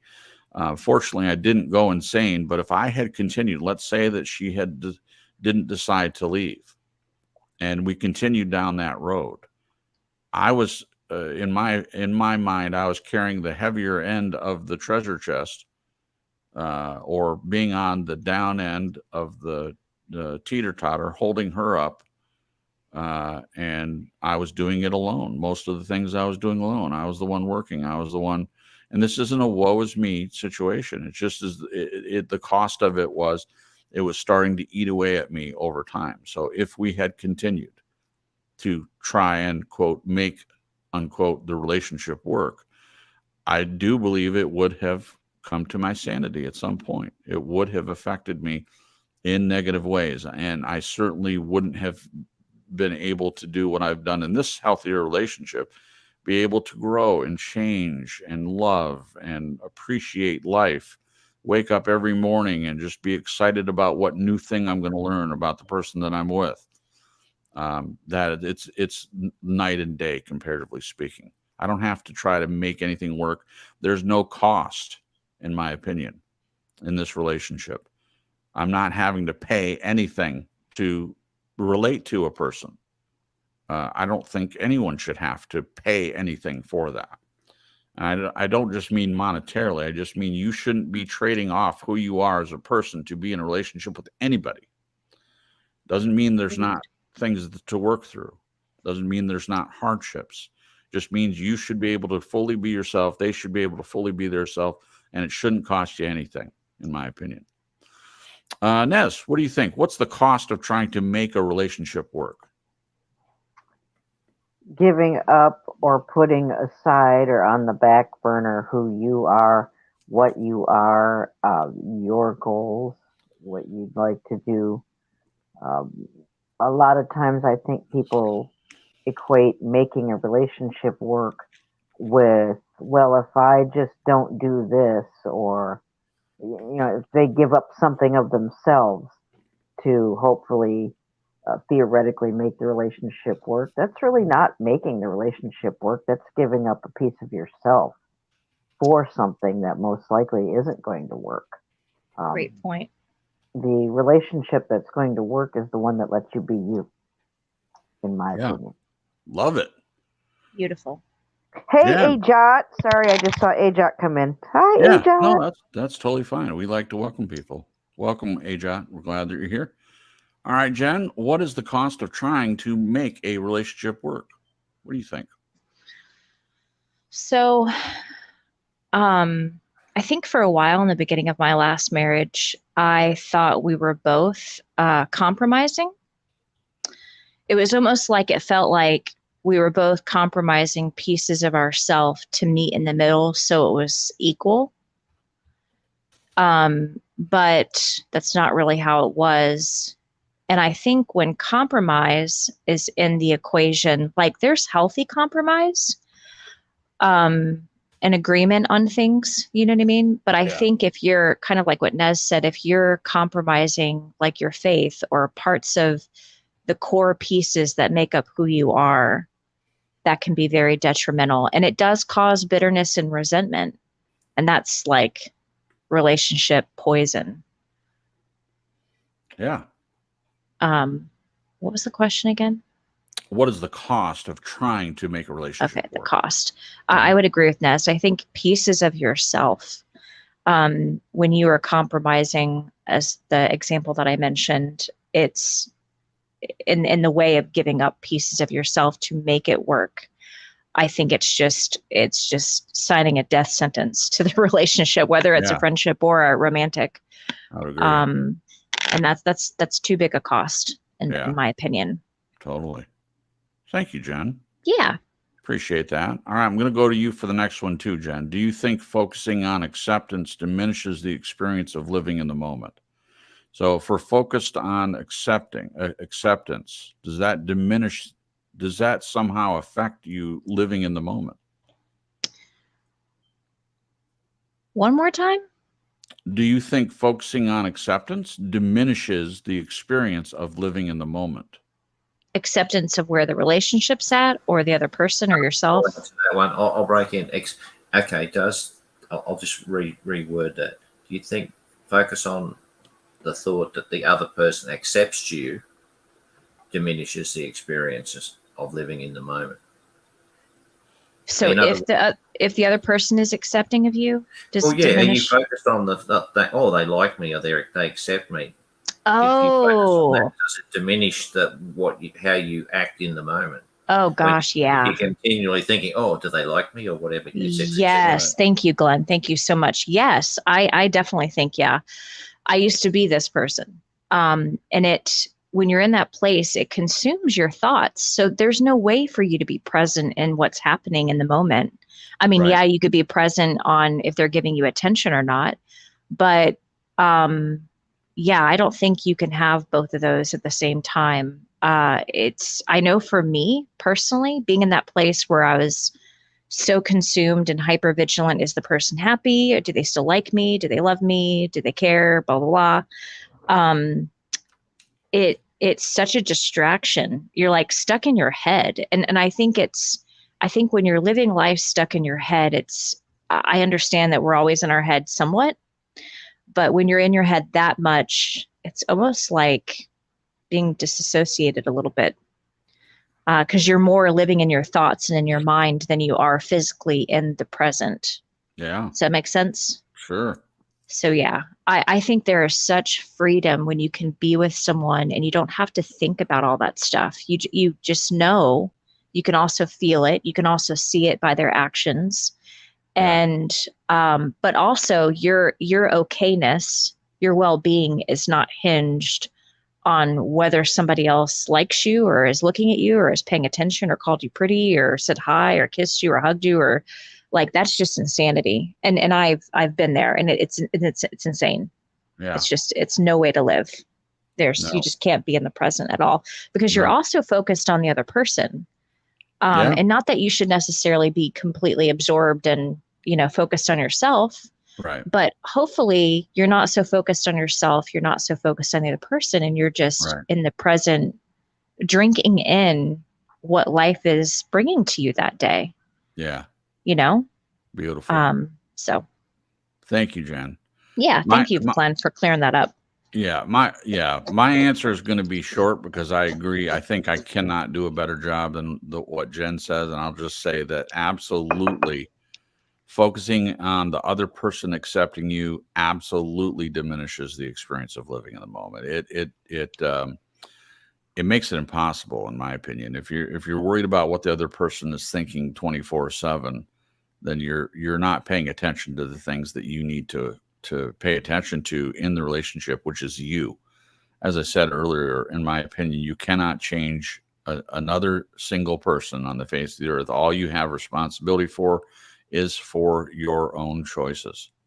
That's my opinion. Could be wrong, but that's been my experience. And so if you're in this place of constantly needing approval or validation or acceptance, validation is an important thing in a relationship, in my opinion, but the hope is to get to the point where you validate yourself, so it's not a need. It ends up being icing on the cake. So it would be the same thing about acceptance. If the person that you're with accepts you, but you accept yourself first, it's not something you have to have from the other person, then it ends up being a bonus. But if you're focused on that, if it's not there, you're worried about the other person not accepting you, I don't know how a person could live in the moment. That's my answer there. What do you think, Nez? I agree. You can't focus on the other person and how you might please them or change your whatever you think you need to change to keep them or whatever, and enjoy the moment. You can't. You just can't. They're pretty much the opposite of each other, I think. Yep. All right. Short and sweet. Glenn, what do you think? Focused on acceptance, does that diminish our living in the moment? Absolutely. Yeah, I agree. But I also think there's another string to that bow, is that when you meet someone, do what you can to have them reject you. Like I used to. I had a sports car and my old bomb. I turn up in an old bomb. I crush my shirt up, all that kind of stuff. And if we're still speaking by the end of the night, well, I know that I'm getting accepted. There's no bullshit. That is hilarious. Well, Glenn does the opposite of all Americans. They're like, best foot forward. Well, the funny thing, that's what I did with Jen. I told her all the worst things I could possibly imagine about myself, right at pretty much at the beginning. And, she didn't leave. So there wasn't anything else. I mean, there could have been something I was unaware of, but so far that hasn't happened. The things that I shared were things that I was personally aware of that would look bad in starting a new relationship with someone. And she's still sticking around. So that is hilarious, though, Glenn. And when you say, well, and if sometimes if they'd say, well, what job do you do? I say, oh, I'm unemployed. I don't have any money. Right.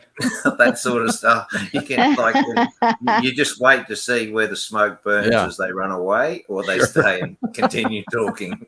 It's like the cartoons where they run through the wall and there's a man or the a road woman. runner. Yeah. Meet. Wow. Meet. Love it. I've had to do that for many, many years now. So yeah. Glenn, why do we find it so difficult to accept that we don't always receive what we wish for? Because I think we have expectations that people will like what we offer. Yeah. And when we don't get it, we think, well, geez, what's wrong with them? Yeah. It's not about it's not about me. It's about them. Right. That's why it's difficult to accept, because how many people are prepared to accept that sometimes what we have to give is not what someone wishes to receive. Wow. Hallelujah. Yeah. Wow. Good answer. What do you think, Nez? Why do we find it so difficult to accept what we don't always why do we find it so difficult to accept that we don't always receive what we wish for? Because we want what we want when we want it at our core, in our flesh. Yeah. When we're just thinking of us, we're thinking of what we want, and we want it right now, I think.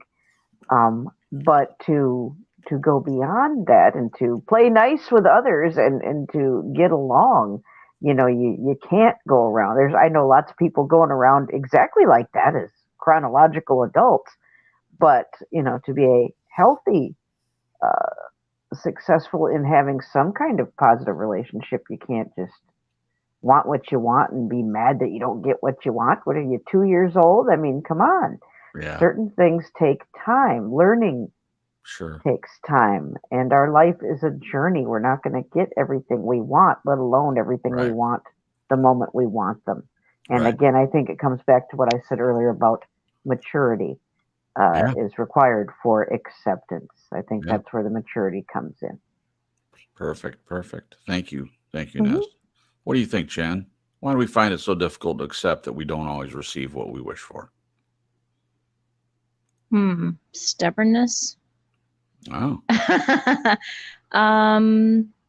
don't know why I'm having such a hard time keeping the questions in my head. Can you say it one more time? absolutely. Why do we find it so difficult to accept that we don't always receive what we wish for?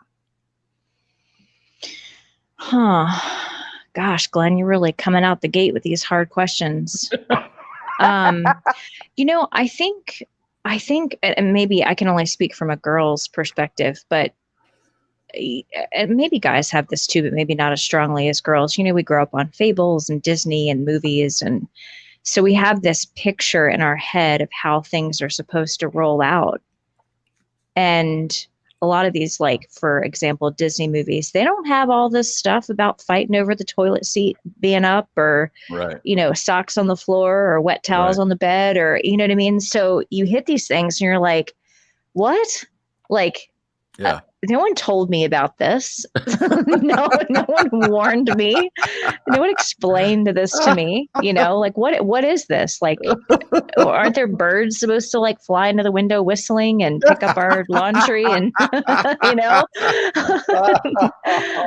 I think relationships have been very romanticized in all kinds of things, movies, books, Disney. I had a lot of years that I was really ticked off at Disney. After being married for a few years in my first marriage, I was like, what the hell? But yeah, it's just not explained to you. You get the marriage is hard, but you don't get like the whys behind, like, explain this to me, mom and dad, why is it hard? Yeah. And I can only speak from personal experience, but I didn't have a very good and full concept of the complexities of humans. Yeah. And Sure.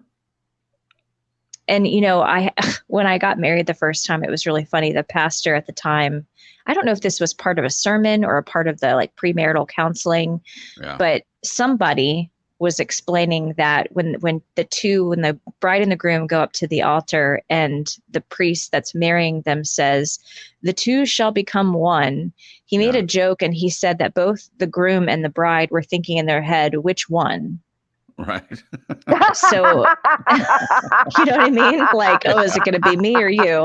Yeah. And I think there are some relationships where really it does go the direction of both people fighting for their way. Wow. And instead of it being a coming together as a team and figuring out, okay, you're an individual, I'm an individual, we both have preferences. Let's put it out on the table and figure out how we're going to do this, Brilliant. So just rough. It can be rough. Brilliant. Right. You need to write that in your comment book right there. That was really good. Yeah. So I like what Glenn said. I like what everyone said, but he mentioned the word that came to my mind as expectations. And I've talked from time to time about that and how difficult expectations can be for a relationship. I think it's impossible not to have any expectations at all. But when we have expectations or we don't understand what the expectations are, it can wreak havoc in a relationship, in my opinion. So it's difficult to accept that we wish for certain things, but we don't get them all the time. I mean, it was harder for me in the past than it is now. It's not a whole lot that I wish for. There are certain things that I would love to have, but I don't spend a whole lot of time in the wishing well. I wish I had this. I wish I had that. I've learned to be content with what I have, and it's been a long road to get here. And I'm not saying I've totally arrived, but for the most part, I don't spend any time wishing on anything. But I have done it in the past, and it's difficult to accept because you have an expectation that what you're wishing for will come about. And it doesn't oftentimes what we wish for never happens. We never see it resolve itself. And that expectation, living in that place, can definitely be a killer, in my opinion. These are great questions. All right. Following on, there's another often heard statement when things don't work out. Quote, I tried my hardest, but this person red flagged me. And the more I looked, the more unsuitable they were. Or, quote, this person is, to put it politely, a nasty piece of work. So, what happened? Question, do you tend to assign blame to another in these situations? Or is there acceptance that sometimes people don't fit the profile, and or do you try to lessen them to feel better about yourself? I'll go first on that. I think I have in the past placed blame, but using my first marriage for an example, I really didn't spend time in playing the blame game. I'm honest about that it was her that left and it wasn't me, and that though I wasn't perfect in the relationship, it wasn't. I had nothing to do with her decision to leave. I was willing to work it out. I was willing to do counseling and all that, but I didn't. My grieving wasn't about blaming anyone. So in that case, I didn't try to, well, she's just a horrible person, it's all her fault. I know how damaging that is, and there's no benefit to that at all. But that took me a long time to get there. I have in the past blamed other people for my own circumstances, assign blame the world, blame preachers, false preachers and pastors, blame my parents for getting divorced when I was 18. Yeah, I spent some time in that place, the blame place. The second part of that, the lessening them to feel better, I've never felt better by making anyone less. I do know that it happens, that some people do that. I personally, it's not, for me, it's not about making someone less, but I have done the blame thing. I have blamed other people for a lot in life, for my own circumstances. Fortunately, I'm in a place now where I take responsibility. There are things that we have no control over. It's probably the third time I've said that tonight. I believe that. All I do have control over is my reaction to external circumstances. That's it. And not saying I've arrived. I'll continue to work on that as long as I live in this world. But spending any time in the blame place or trying to lessen other people based on any experience isn't helpful at all. What do you think, Glenn? Do you tend to assign blame to another in these situations, or is there acceptance that sometimes people don't fit the profile, and or do you try to lessen them or feel better about yourself? Probably did in the past. Yeah. But it's very easy to heap crap on somebody to make yourself look the big guy. Sure. But ultimately, thank you to your mum and a lot of other stuff that went on, just coming to understand that every time you do stuff like this, you don't escape from the ramifications of doing so. Right. It takes you down. Yeah, it does. So you can't live a stress-free life if you're heaping crap on other people. Yeah. So just I'll answer the second one while I'm here if you like. Sure. If you tend to speak about others in a derogatory tone, do you consider how you feel if the situation is reversed? With the Well, I certainly didn't care much in the past. Quite a long time ago, I wouldn't have cared what I said. If they got upset, well, that's their problem. Yeah. But I think that you can find the balance between being truthful, but also being considerate in the way that you share truth. Sure. Because I know that some things I've said to people in the past, if I was sitting at the other end now, in retrospect, I wouldn't like what I said. Right. So I try not to do it anymore if I can help it. I think we've all been there. I mean, I know I have for sure. It's a conscious evolution as per the channel. Right. Well done. Thank you, Glenn. Thank you. What about you, Nez? Do you tend to assign blame to others in certain situations, or do you just accept that sometimes people don't fit the profile, or do you lessen them to feel better about yourself? What do you say about that? Well, like Glenn, I've had my not so great moments where I've done that to other people. Sure. So I've been there and done that. And like Glenn said, nothing good's going to come of it. It's going to come back to you. If you're dishing out negative, if you're dishing out rash judgments on people based on an experience with them where it didn't go your way, and suddenly Right. they're bad now because the whatever didn't go your way. Right. Yeah, that's not going to come back good for you. No. So hopefully, God willing, I'm a lot better at not doing that now. Right. It's still hard sometimes when you get upset with someone, and I understand even when somebody cuts you off and jumps in ahead of you to line, Yeah. those are tests. Those are tests. You just got to remember, this is a test. This is a test. God's watching. He's listening. He knows if I'm, acting up or not. And Right.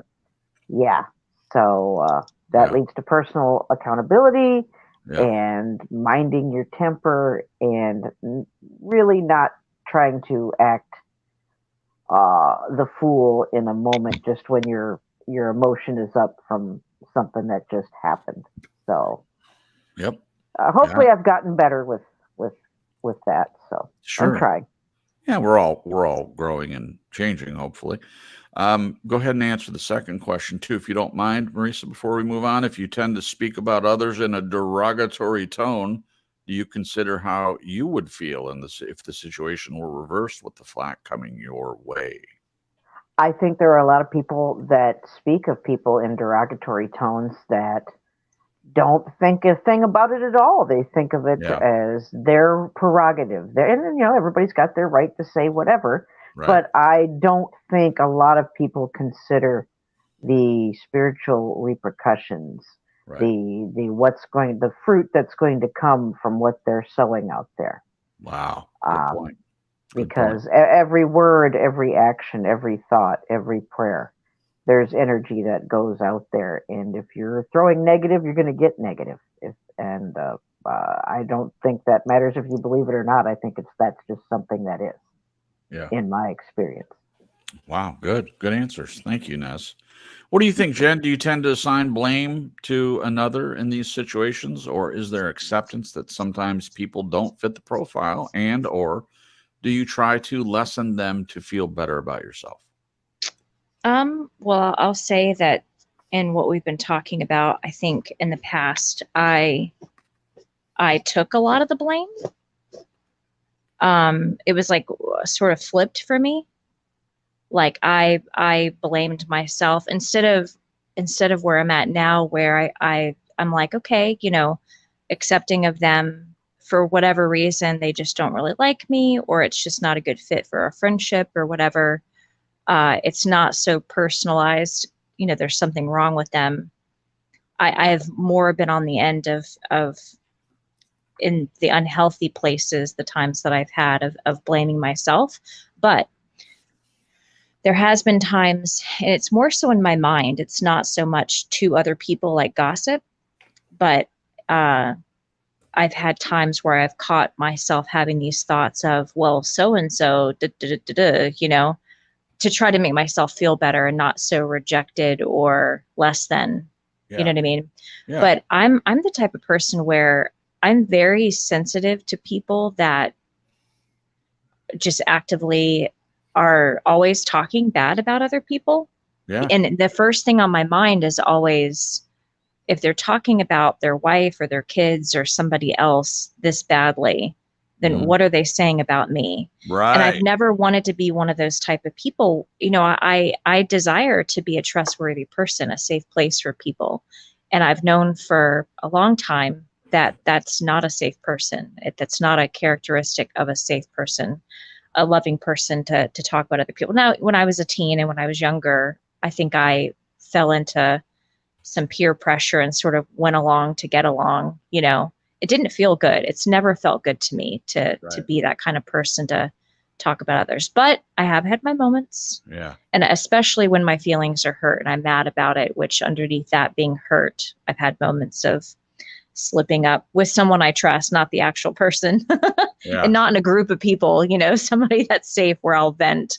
Right. And, but it's never made me, I think maybe a split second, it makes me feel better. And then it feels just really gross. Yeah. I'm like, ugh, I just don't enjoy that at all. So Right. that'd be my Right. answer. The second question is, and I feel like you kind of answered it, but just if you want to add anything, if you tend to speak about others in a derogatory tone, do you consider how you feel if the situation is reversed with the flack coming your way? Absolutely. Yeah. There's been many times after it comes out of my mouth, I'm like, how would I feel if somebody said this about me to somebody else behind my back or to my face? I'm always kind of flipping the script in my mind to think of how would I feel in that situation. Right. That's a good thing. Thank you. Yeah, that is a good thing. Good thing. Thank God. Yeah. All right. And I answered the first one, and I would definitely agree with what everyone else said. If you say derogatory things about someone, you need to think about how it affects them and constantly. I have in the past used a tone. I've not really ever been like an attacker of people verbally, but I definitely have had to watch my tone. So the question it is challenging to me in the past, the derogatory tone. And I'm not saying I never have to be careful. I do have to be careful. Because of my voice and how it comes across sometimes. I'm always asking Jen, how did I have a negative tone there? Did my tone affect you? And a lot of times she says, no, I didn't notice anything, but I notice it. So I'm probably hyper vigilant because of the past and having been told by certain important people in my life that, wow, you sounded like your dad there or whatever. I don't like that. As I mentioned earlier, I don't like that, but I don't have to reverse the situation. I tend to know most times what I think is a derogatory tone. I try to avoid it as much as possible, and I will continue to do that. I think it's an important thing to do. All right. We just have two final questions. So Glenn says the bottom line is that any person can only offer what they have to offer and not more. It is my hope that love is offered to all regardless. All one has to be is be their real self. That is how one finds out who truly accepts them and who does not. To add, perhaps if each time we think of punishing a person because they have not lived up to what we desire them to be, we might rethink and accept them with grace. After all, when we punish others, are we not punishing ourselves? I'm not going to go on and on very long about this, but the answer is a simple yes. I believe when we punish other people, we're doing a disservice to them first, but we're also doing a disservice to ourselves. Is what we talked about earlier, what I mentioned, the idea of holding on to things. And I used two examples from Scripture. Don't let the sun go down in your anger. And if you have aught against your brother, if you're angry at your brother for some reason, go and handle that, Jesus says. Go and handle that situation and then go about your day. Go about your business. Bring your offering then once you've settled everything with your brother. Jesus was pretty clear on that. And I accept the things within Scripture of what Jesus said more than anyone else in Scripture. Those things are pretty clear. I think most people, even if they don't call themselves a Christian or don't believe the Bible, they have good things to say about the things Jesus said. So that pretty much across the board is definitely a good thing to consider. So he was very clear not to take revenge on other people and to leave the punishment for others to God. It's not our job to do any of that. But I think as I've said before, a lot of the commands in Scripture, a lot of the things that Jesus said, especially, it isn't just about the other person. It's because these things are damaging to you. You holding resentment, you not forgiving your brother. Yes, of course it's for them, but it's also for you. I don't know that everyone's always thought about that, but I've put a lot of thought into that. And most of the things, the commands, especially in the New Testament, toward anyone, it's not just for one person. It's for everyone involved. That's my opinion on that. What do you think, Jen? After all, when we punish others, are we not punishing ourselves? What do you think? Yeah, I don't think, punishment I see as a sort of negative. And I think it's, what is the word? My brain, too much wine. Just kidding. Glenn's like, you had 4 glasses. Like, how do you know? I'm drinking a margarita. You don't know anything. I think when we spout out or push out negative toward other people, whether it's our thoughts or words or actions, I don't think we recognize the negative effect it has on us. I think it has a trajectory out, but also inward.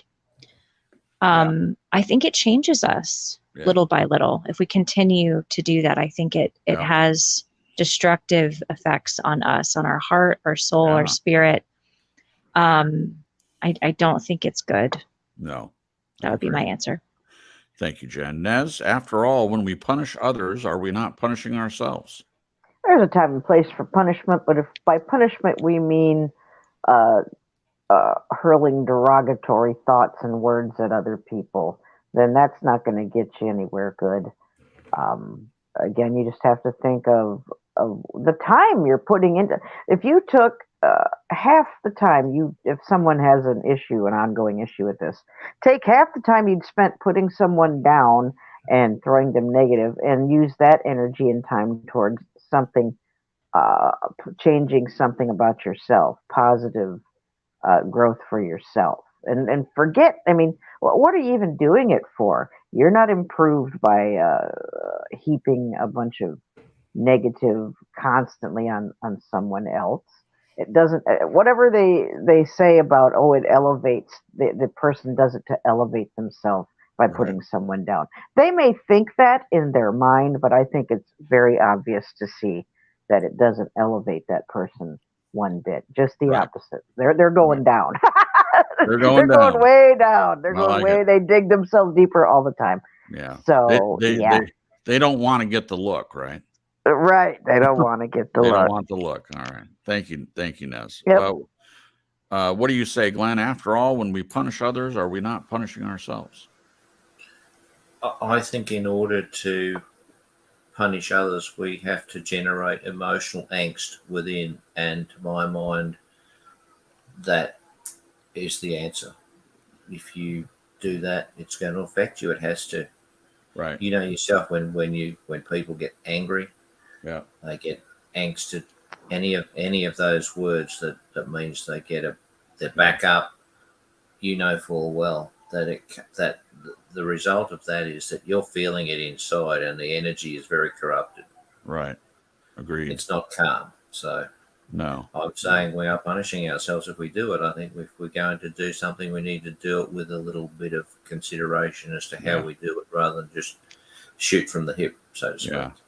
Well, there's a proverb from somewhere. I don't remember where exactly it came from. I think it's a Chinese proverb, and forgive me if I'm wrong about this, but it's the idea of, if you plan on taking revenge, dig 2 graves.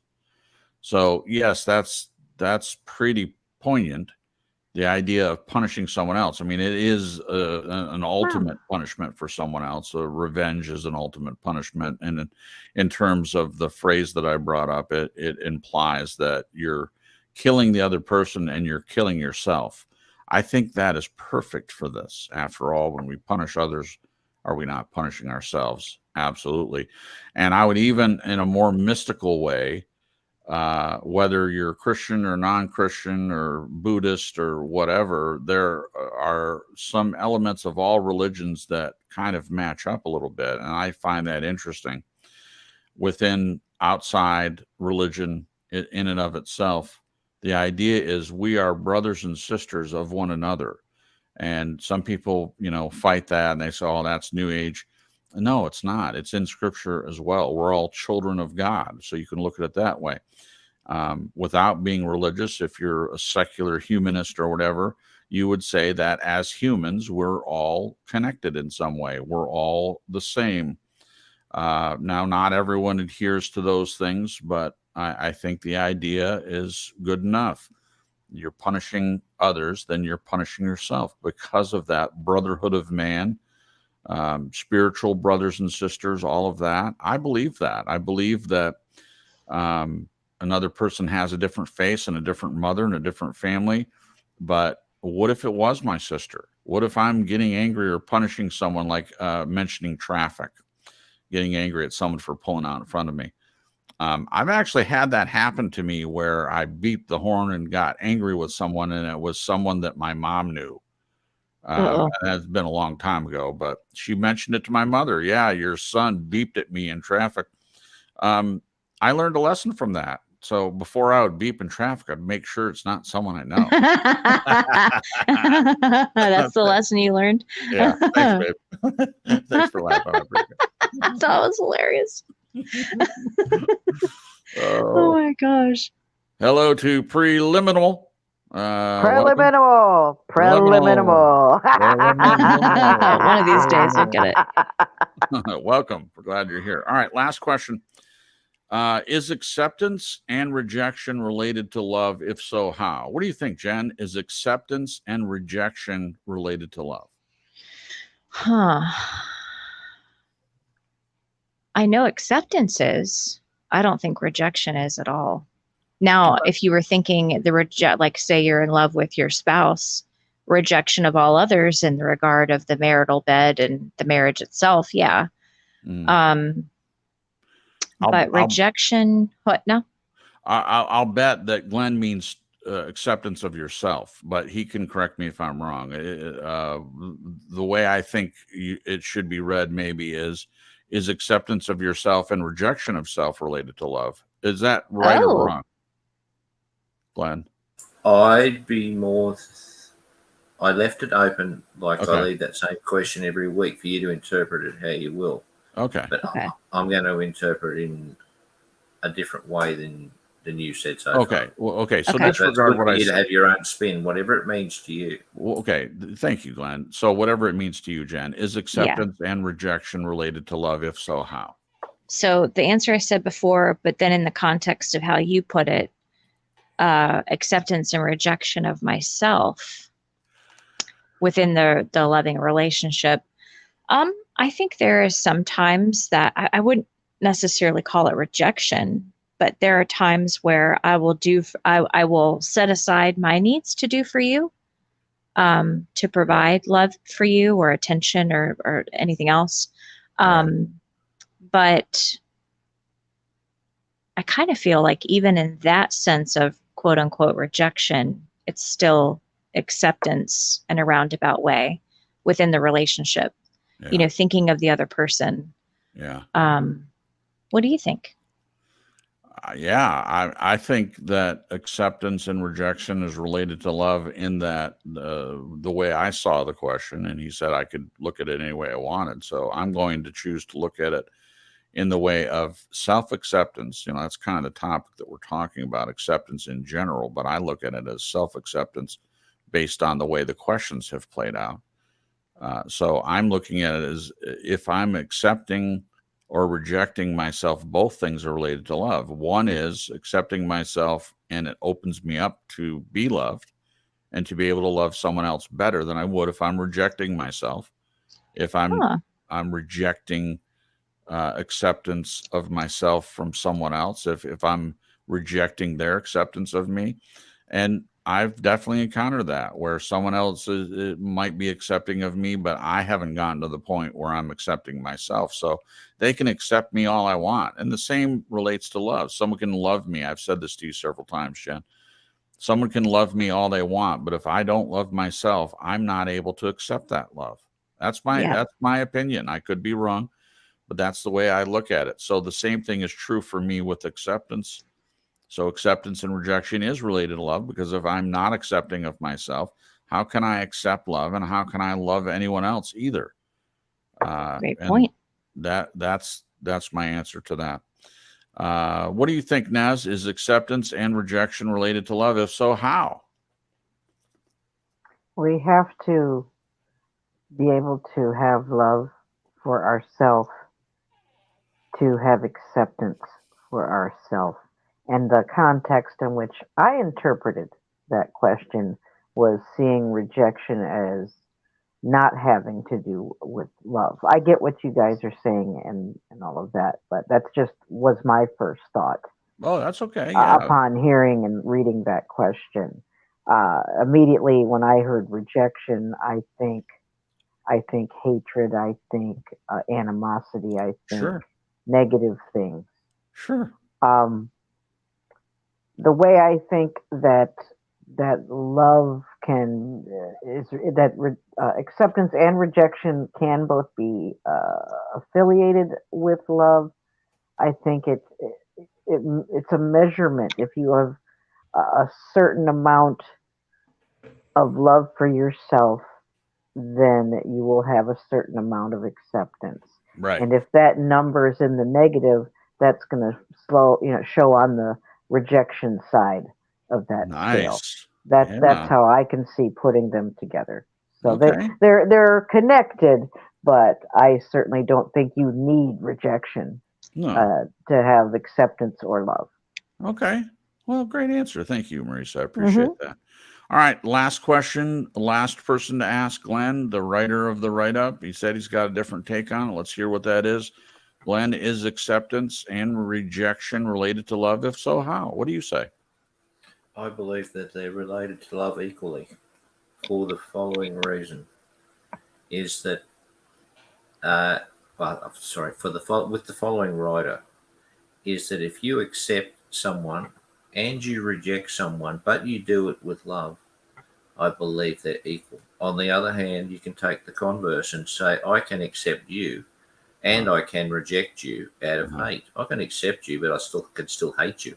Oh. See, I think this can be twisted right around any way Wow. you want to look at it. So that I'm liking the thought that I can say to someone from a loving place, well, look, honestly, I don't feel that we're compatible. I need to move on. But I send you, like I've seen in the chat, you say to Kellyanne, who was obviously had an issue here with some of the stuff here. But Right. what did I notice is that she was going on her way, but even though she rejected you sent her love. Yeah. So I think I really do see it as equal, but I think it just depends on where you're coming from. Oh, thank you. Wow, what a great example. Thank you, Glenn. I appreciate that. Wonderful. I'll just comment briefly on that, and you're absolutely right. And it is a conscious choice on my part. I could have gotten upset. I was like, I feel like I presented it in a healthy way, and I didn't want to do it that way, but she hasn't been around. And it just popped into my head that, oh, I haven't mentioned this yet. And it was important because both people were in the chat. My hope was that by me mentioning it, the two of them, if they had any animosity left, that they could talk it out, because I've addressed with the other individual, I've addressed it with them. And, we worked it out. I explained my side. They explained their side. And we came to what I believe to be a healthy conclusion. I just hadn't had the opportunity yet to do that with the other person involved. I could have gotten bent out of shape and said, well, to heck with you if you're going to react like that, because I feel like it was immature. The reaction that she had was immature, but that's my opinion. So I sincerely mean I wished her well. If I can't keep anyone, and I'm not going to try. If someone wants to leave, they don't want to be here, then they can leave. It's not, don't let the door hit you where the good Lord split you. I don't think in those terms. I don't want people to leave, but if they choose to leave, I'm not going to do anything to try to stop them. It's their choice. But if they're going to leave, if I'm never going to talk to that person again, I want to leave it on good terms. I want them to leave on good terms, not on bad terms, and not with a bunch of complaining and finger pointing and things like that. So I hope that I always react like that, because that's not the way I've always reacted. In the past, I would have reacted differently. but thankfully I am evolving. I am consciously evolving into a better person, in my opinion, into a more mature and authentic person, into a person that has an icon that says open, and it's not just a sign. I am open, and I continue to be open, and I hope that never changes, and I hope that I never again am closed. I don't benefit from being closed in any way to anyone. I benefit from being open and being open to love, being open to what people have to offer me, and to being willing to give them whatever I can give as well. And that is not just a Christian principle, but it definitely is a principle, again, from Scripture. The idea of being light and salt to the world, to being a city that is set on the hill that cannot be moved. And it has been time for a long time for Christians, especially, because that's what we're talking about in these terms, at least right now. If you're going to call yourself a Christian, then you need to do what Christ said. And what he said is, you are the light of the world, a city is set on a hill that will not be moved. Neither would you put something over your candle. That's a Crips paraphrase there. That you have light in you as a believer. I think we all have a light in us. That's my opinion. And if we put anything over that light, and if we're holding back love for other people in the world, it's a darker place. And I firmly believe that. So yeah, I'm more focused on the Christian worldview because that's what I grew up in. And I'm coming out of a lot of beliefs that I have held to for a long time. And now I'm seeing them from a different perspective, thank God. And some things I have seen for a long time, and I have been very vocal about it. Other things are new to me, of seeing from a different light. And I'm not calling anyone to something I'm not willing to do myself. But I will keep ringing the bell. Pay attention to this. And as long as I have a voice, at least here on YouTube and in my own personal life, if anyone wants to have a conversation about any of this stuff, I'm open. I'm open to talking about it. All right. We're done, guys.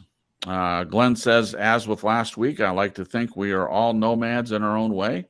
Acceptance is simply another oasis in the desert, offering cool, clear water. Next week, we tie it all together with freedom. Mohamed meets America. One thing is true. The heat was hot and the ground was dry, but the air was full of sound. If you are going to go in if you are going, go in winter is my advice. And then lastly, a quote, I've been through the desert on a horse with no name. That's from one of my favorite bands of all time, America. And that is the write-up for tonight. This has been the topic for tonight, the privilege of acceptance, New Frontier. We invite everyone to come back next week, where we will be starting an hour earlier for a while with my new job. For those of you that missed that at the beginning, I'll just say briefly again, it takes me some time after a broadcast to wind down, and I'm having to get up earlier, so I did a poll at the beginning. If anyone has a problem with starting an hour earlier, please voice that now. I am willing to listen to everyone's opinion, and if anyone has an issue with that, we don't have to do that, but it's the best thing for me moving forward. So we're going to try it next week. We'll start at 7 p.m. Eastern Standard Time, just an hour earlier from our normal start time. And we'll see how that works. Maybe it doesn't work out. Maybe it does, but we'll do that for a while. We also have the time change coming, which Glenn brought up to me, the spring forward, which I'll lose an hour. So on that particular Sunday, which is March 12th for me, on that particular Sunday, I definitely want to start earlier because I'm going to lose an hour anyway. You're not really gaining or losing when they do this to the time, but whether you like it or not, I have to be to work an hour earlier than I was the day before. So there we go. All right, guys, we had some brilliant conversations in the chat. We appreciate everyone who's taken the time to have these conversations, and no one got upset. No one blocked anybody or put anyone in timeout. People may disagree in here, and that's totally fine. But in my opinion, it was a wonderful discussion between people being respectful. And we definitely, Pammy Clyde hopped in here. Hey, Pammy, we're glad that you're here. We welcome Dana, the Conscious Evolution channel. They were very involved in tonight's discussion for a first timer, and we love that. Thank you for making yourself available with your comments and for being welcoming to new people. And appreciate all your comments and appreciate the nice things that you said about your perception of the people in this little group. And we hope that you're going to come back. You're welcome to come back anytime. And it would be a great honor to include you in the TSL family. Totally up to you. It's open if you ever want it. We welcome you with open arms. So thank you for being here. I'll say goodnight to everyone. Thank you for everyone else. Thank you to the panel. Thank you, Glenn, for the write-up. Hope everyone has a good week. We'll see you next Sunday at 7 p.m. Eastern Standard Time. Thank you so much. Jen, if you could take a few minutes to say goodbye to everyone. If you have any closing comments, please make them. All right. Everybody, listen up. Get closer. We love you guys. Thank you so much for hanging out with us. This was a really, really good discussion. Hope you guys got a lot out of it. I sure did. Even though my brain could not remember the questions. Oh, I think I'm tired. Anyway, we hope you guys have a great week. If you have any prayer requests, please pop them in the chat, or you can email Crips or Glenn or Nez. Right. And post them there, and we'll even if it's an unspoken prayer, we'd love to lift you guys up in prayer. And we do pray for you guys, more of a blanket prayer than going through every person that's in the chat. But we hope you guys have a great week, and we hope to see you next Sunday. Thanks, guys. Thank you, Jen. I just saw a comment from Earl Lee Grace. Yeah, sorry, Earl. I did see you earlier. My apologies for not saying hello to you on air. But hello, and I hope that you can hear that you are seen. I see you. There you are. Thank you for being here. We appreciate it. No one blocked you. You haven't done anything wrong. So my apologies for not saying hello to you when I saw you earlier. It's easy for me to get distracted. I try to make sure and welcome everyone individually, but I missed you. So sorry about that. All right. Let's hear from Glenn. Glenn, take a minute to say goodbye to everybody. If you have any closing comments, please make them. I'll say goodnight. I'll say I'm very much looking forward to writing the final part next week. That's going to be interesting for me. And I'll just add, I think if we can accept ourselves and someone and others from a place of love, I think it's an amazing privilege to be able to even do that in the first place. I think it's just, if you can be like that, I think it enriches you. And I think it's something just, to my mind, quite wonderful and stress-free. Yeah, right. Thank you. Thank you, Glenn. Good night. Appreciate it. Appreciate the write-up. And then after next week, then Marisa is going to do a write-up. So we look forward to hearing what she's going to focus on. And so we're excited to hear from her. No, that's okay. You'd be excited about Nez's write-up. She does wonderful write-ups, and so we look forward to hearing what she has to say. All right, last but certainly not least, Nez, if you could say goodbye to everybody, and if you have any closing comments of any kind, please make them, and close us down, and let's get everyone out of here. Ladies and gentlemen, put up your tray tables. We're about to make a landing. Thank you so much for being here. We're bringing the plane down on the tarmac on our TSL flight tonight. Thank you all for joining us. Remember to please share it out on your social media if you're so inclined. Thank you all for a great discussion, and many people from many walks of life tonight sharing their own points of view in an adult and sane fashion. And we and Glenn didn't have to get the electric wrenches out and zap anybody tonight, so that was good. Everybody was behaving themselves for the most part. So for the most part, that's okay. Sometimes, people get upset, but, maybe they'll get over it and a discussion can be had at a later date when things are calmed down. So who knows, so at least they came by. I'm glad that person came by. Thank you all for coming by to join us tonight, and look forward to next Sunday, when we will be right here on True Story Live. An hour earlier, Jason, is that correct? Yeah, 7 p.m. Eastern Standard Time. 7 p.m. 7 Eastern p.m. Standard Time. I had to double check and made sure that's what we're doing. So I will see you guys next week here on True Story Live. Good night and God bless.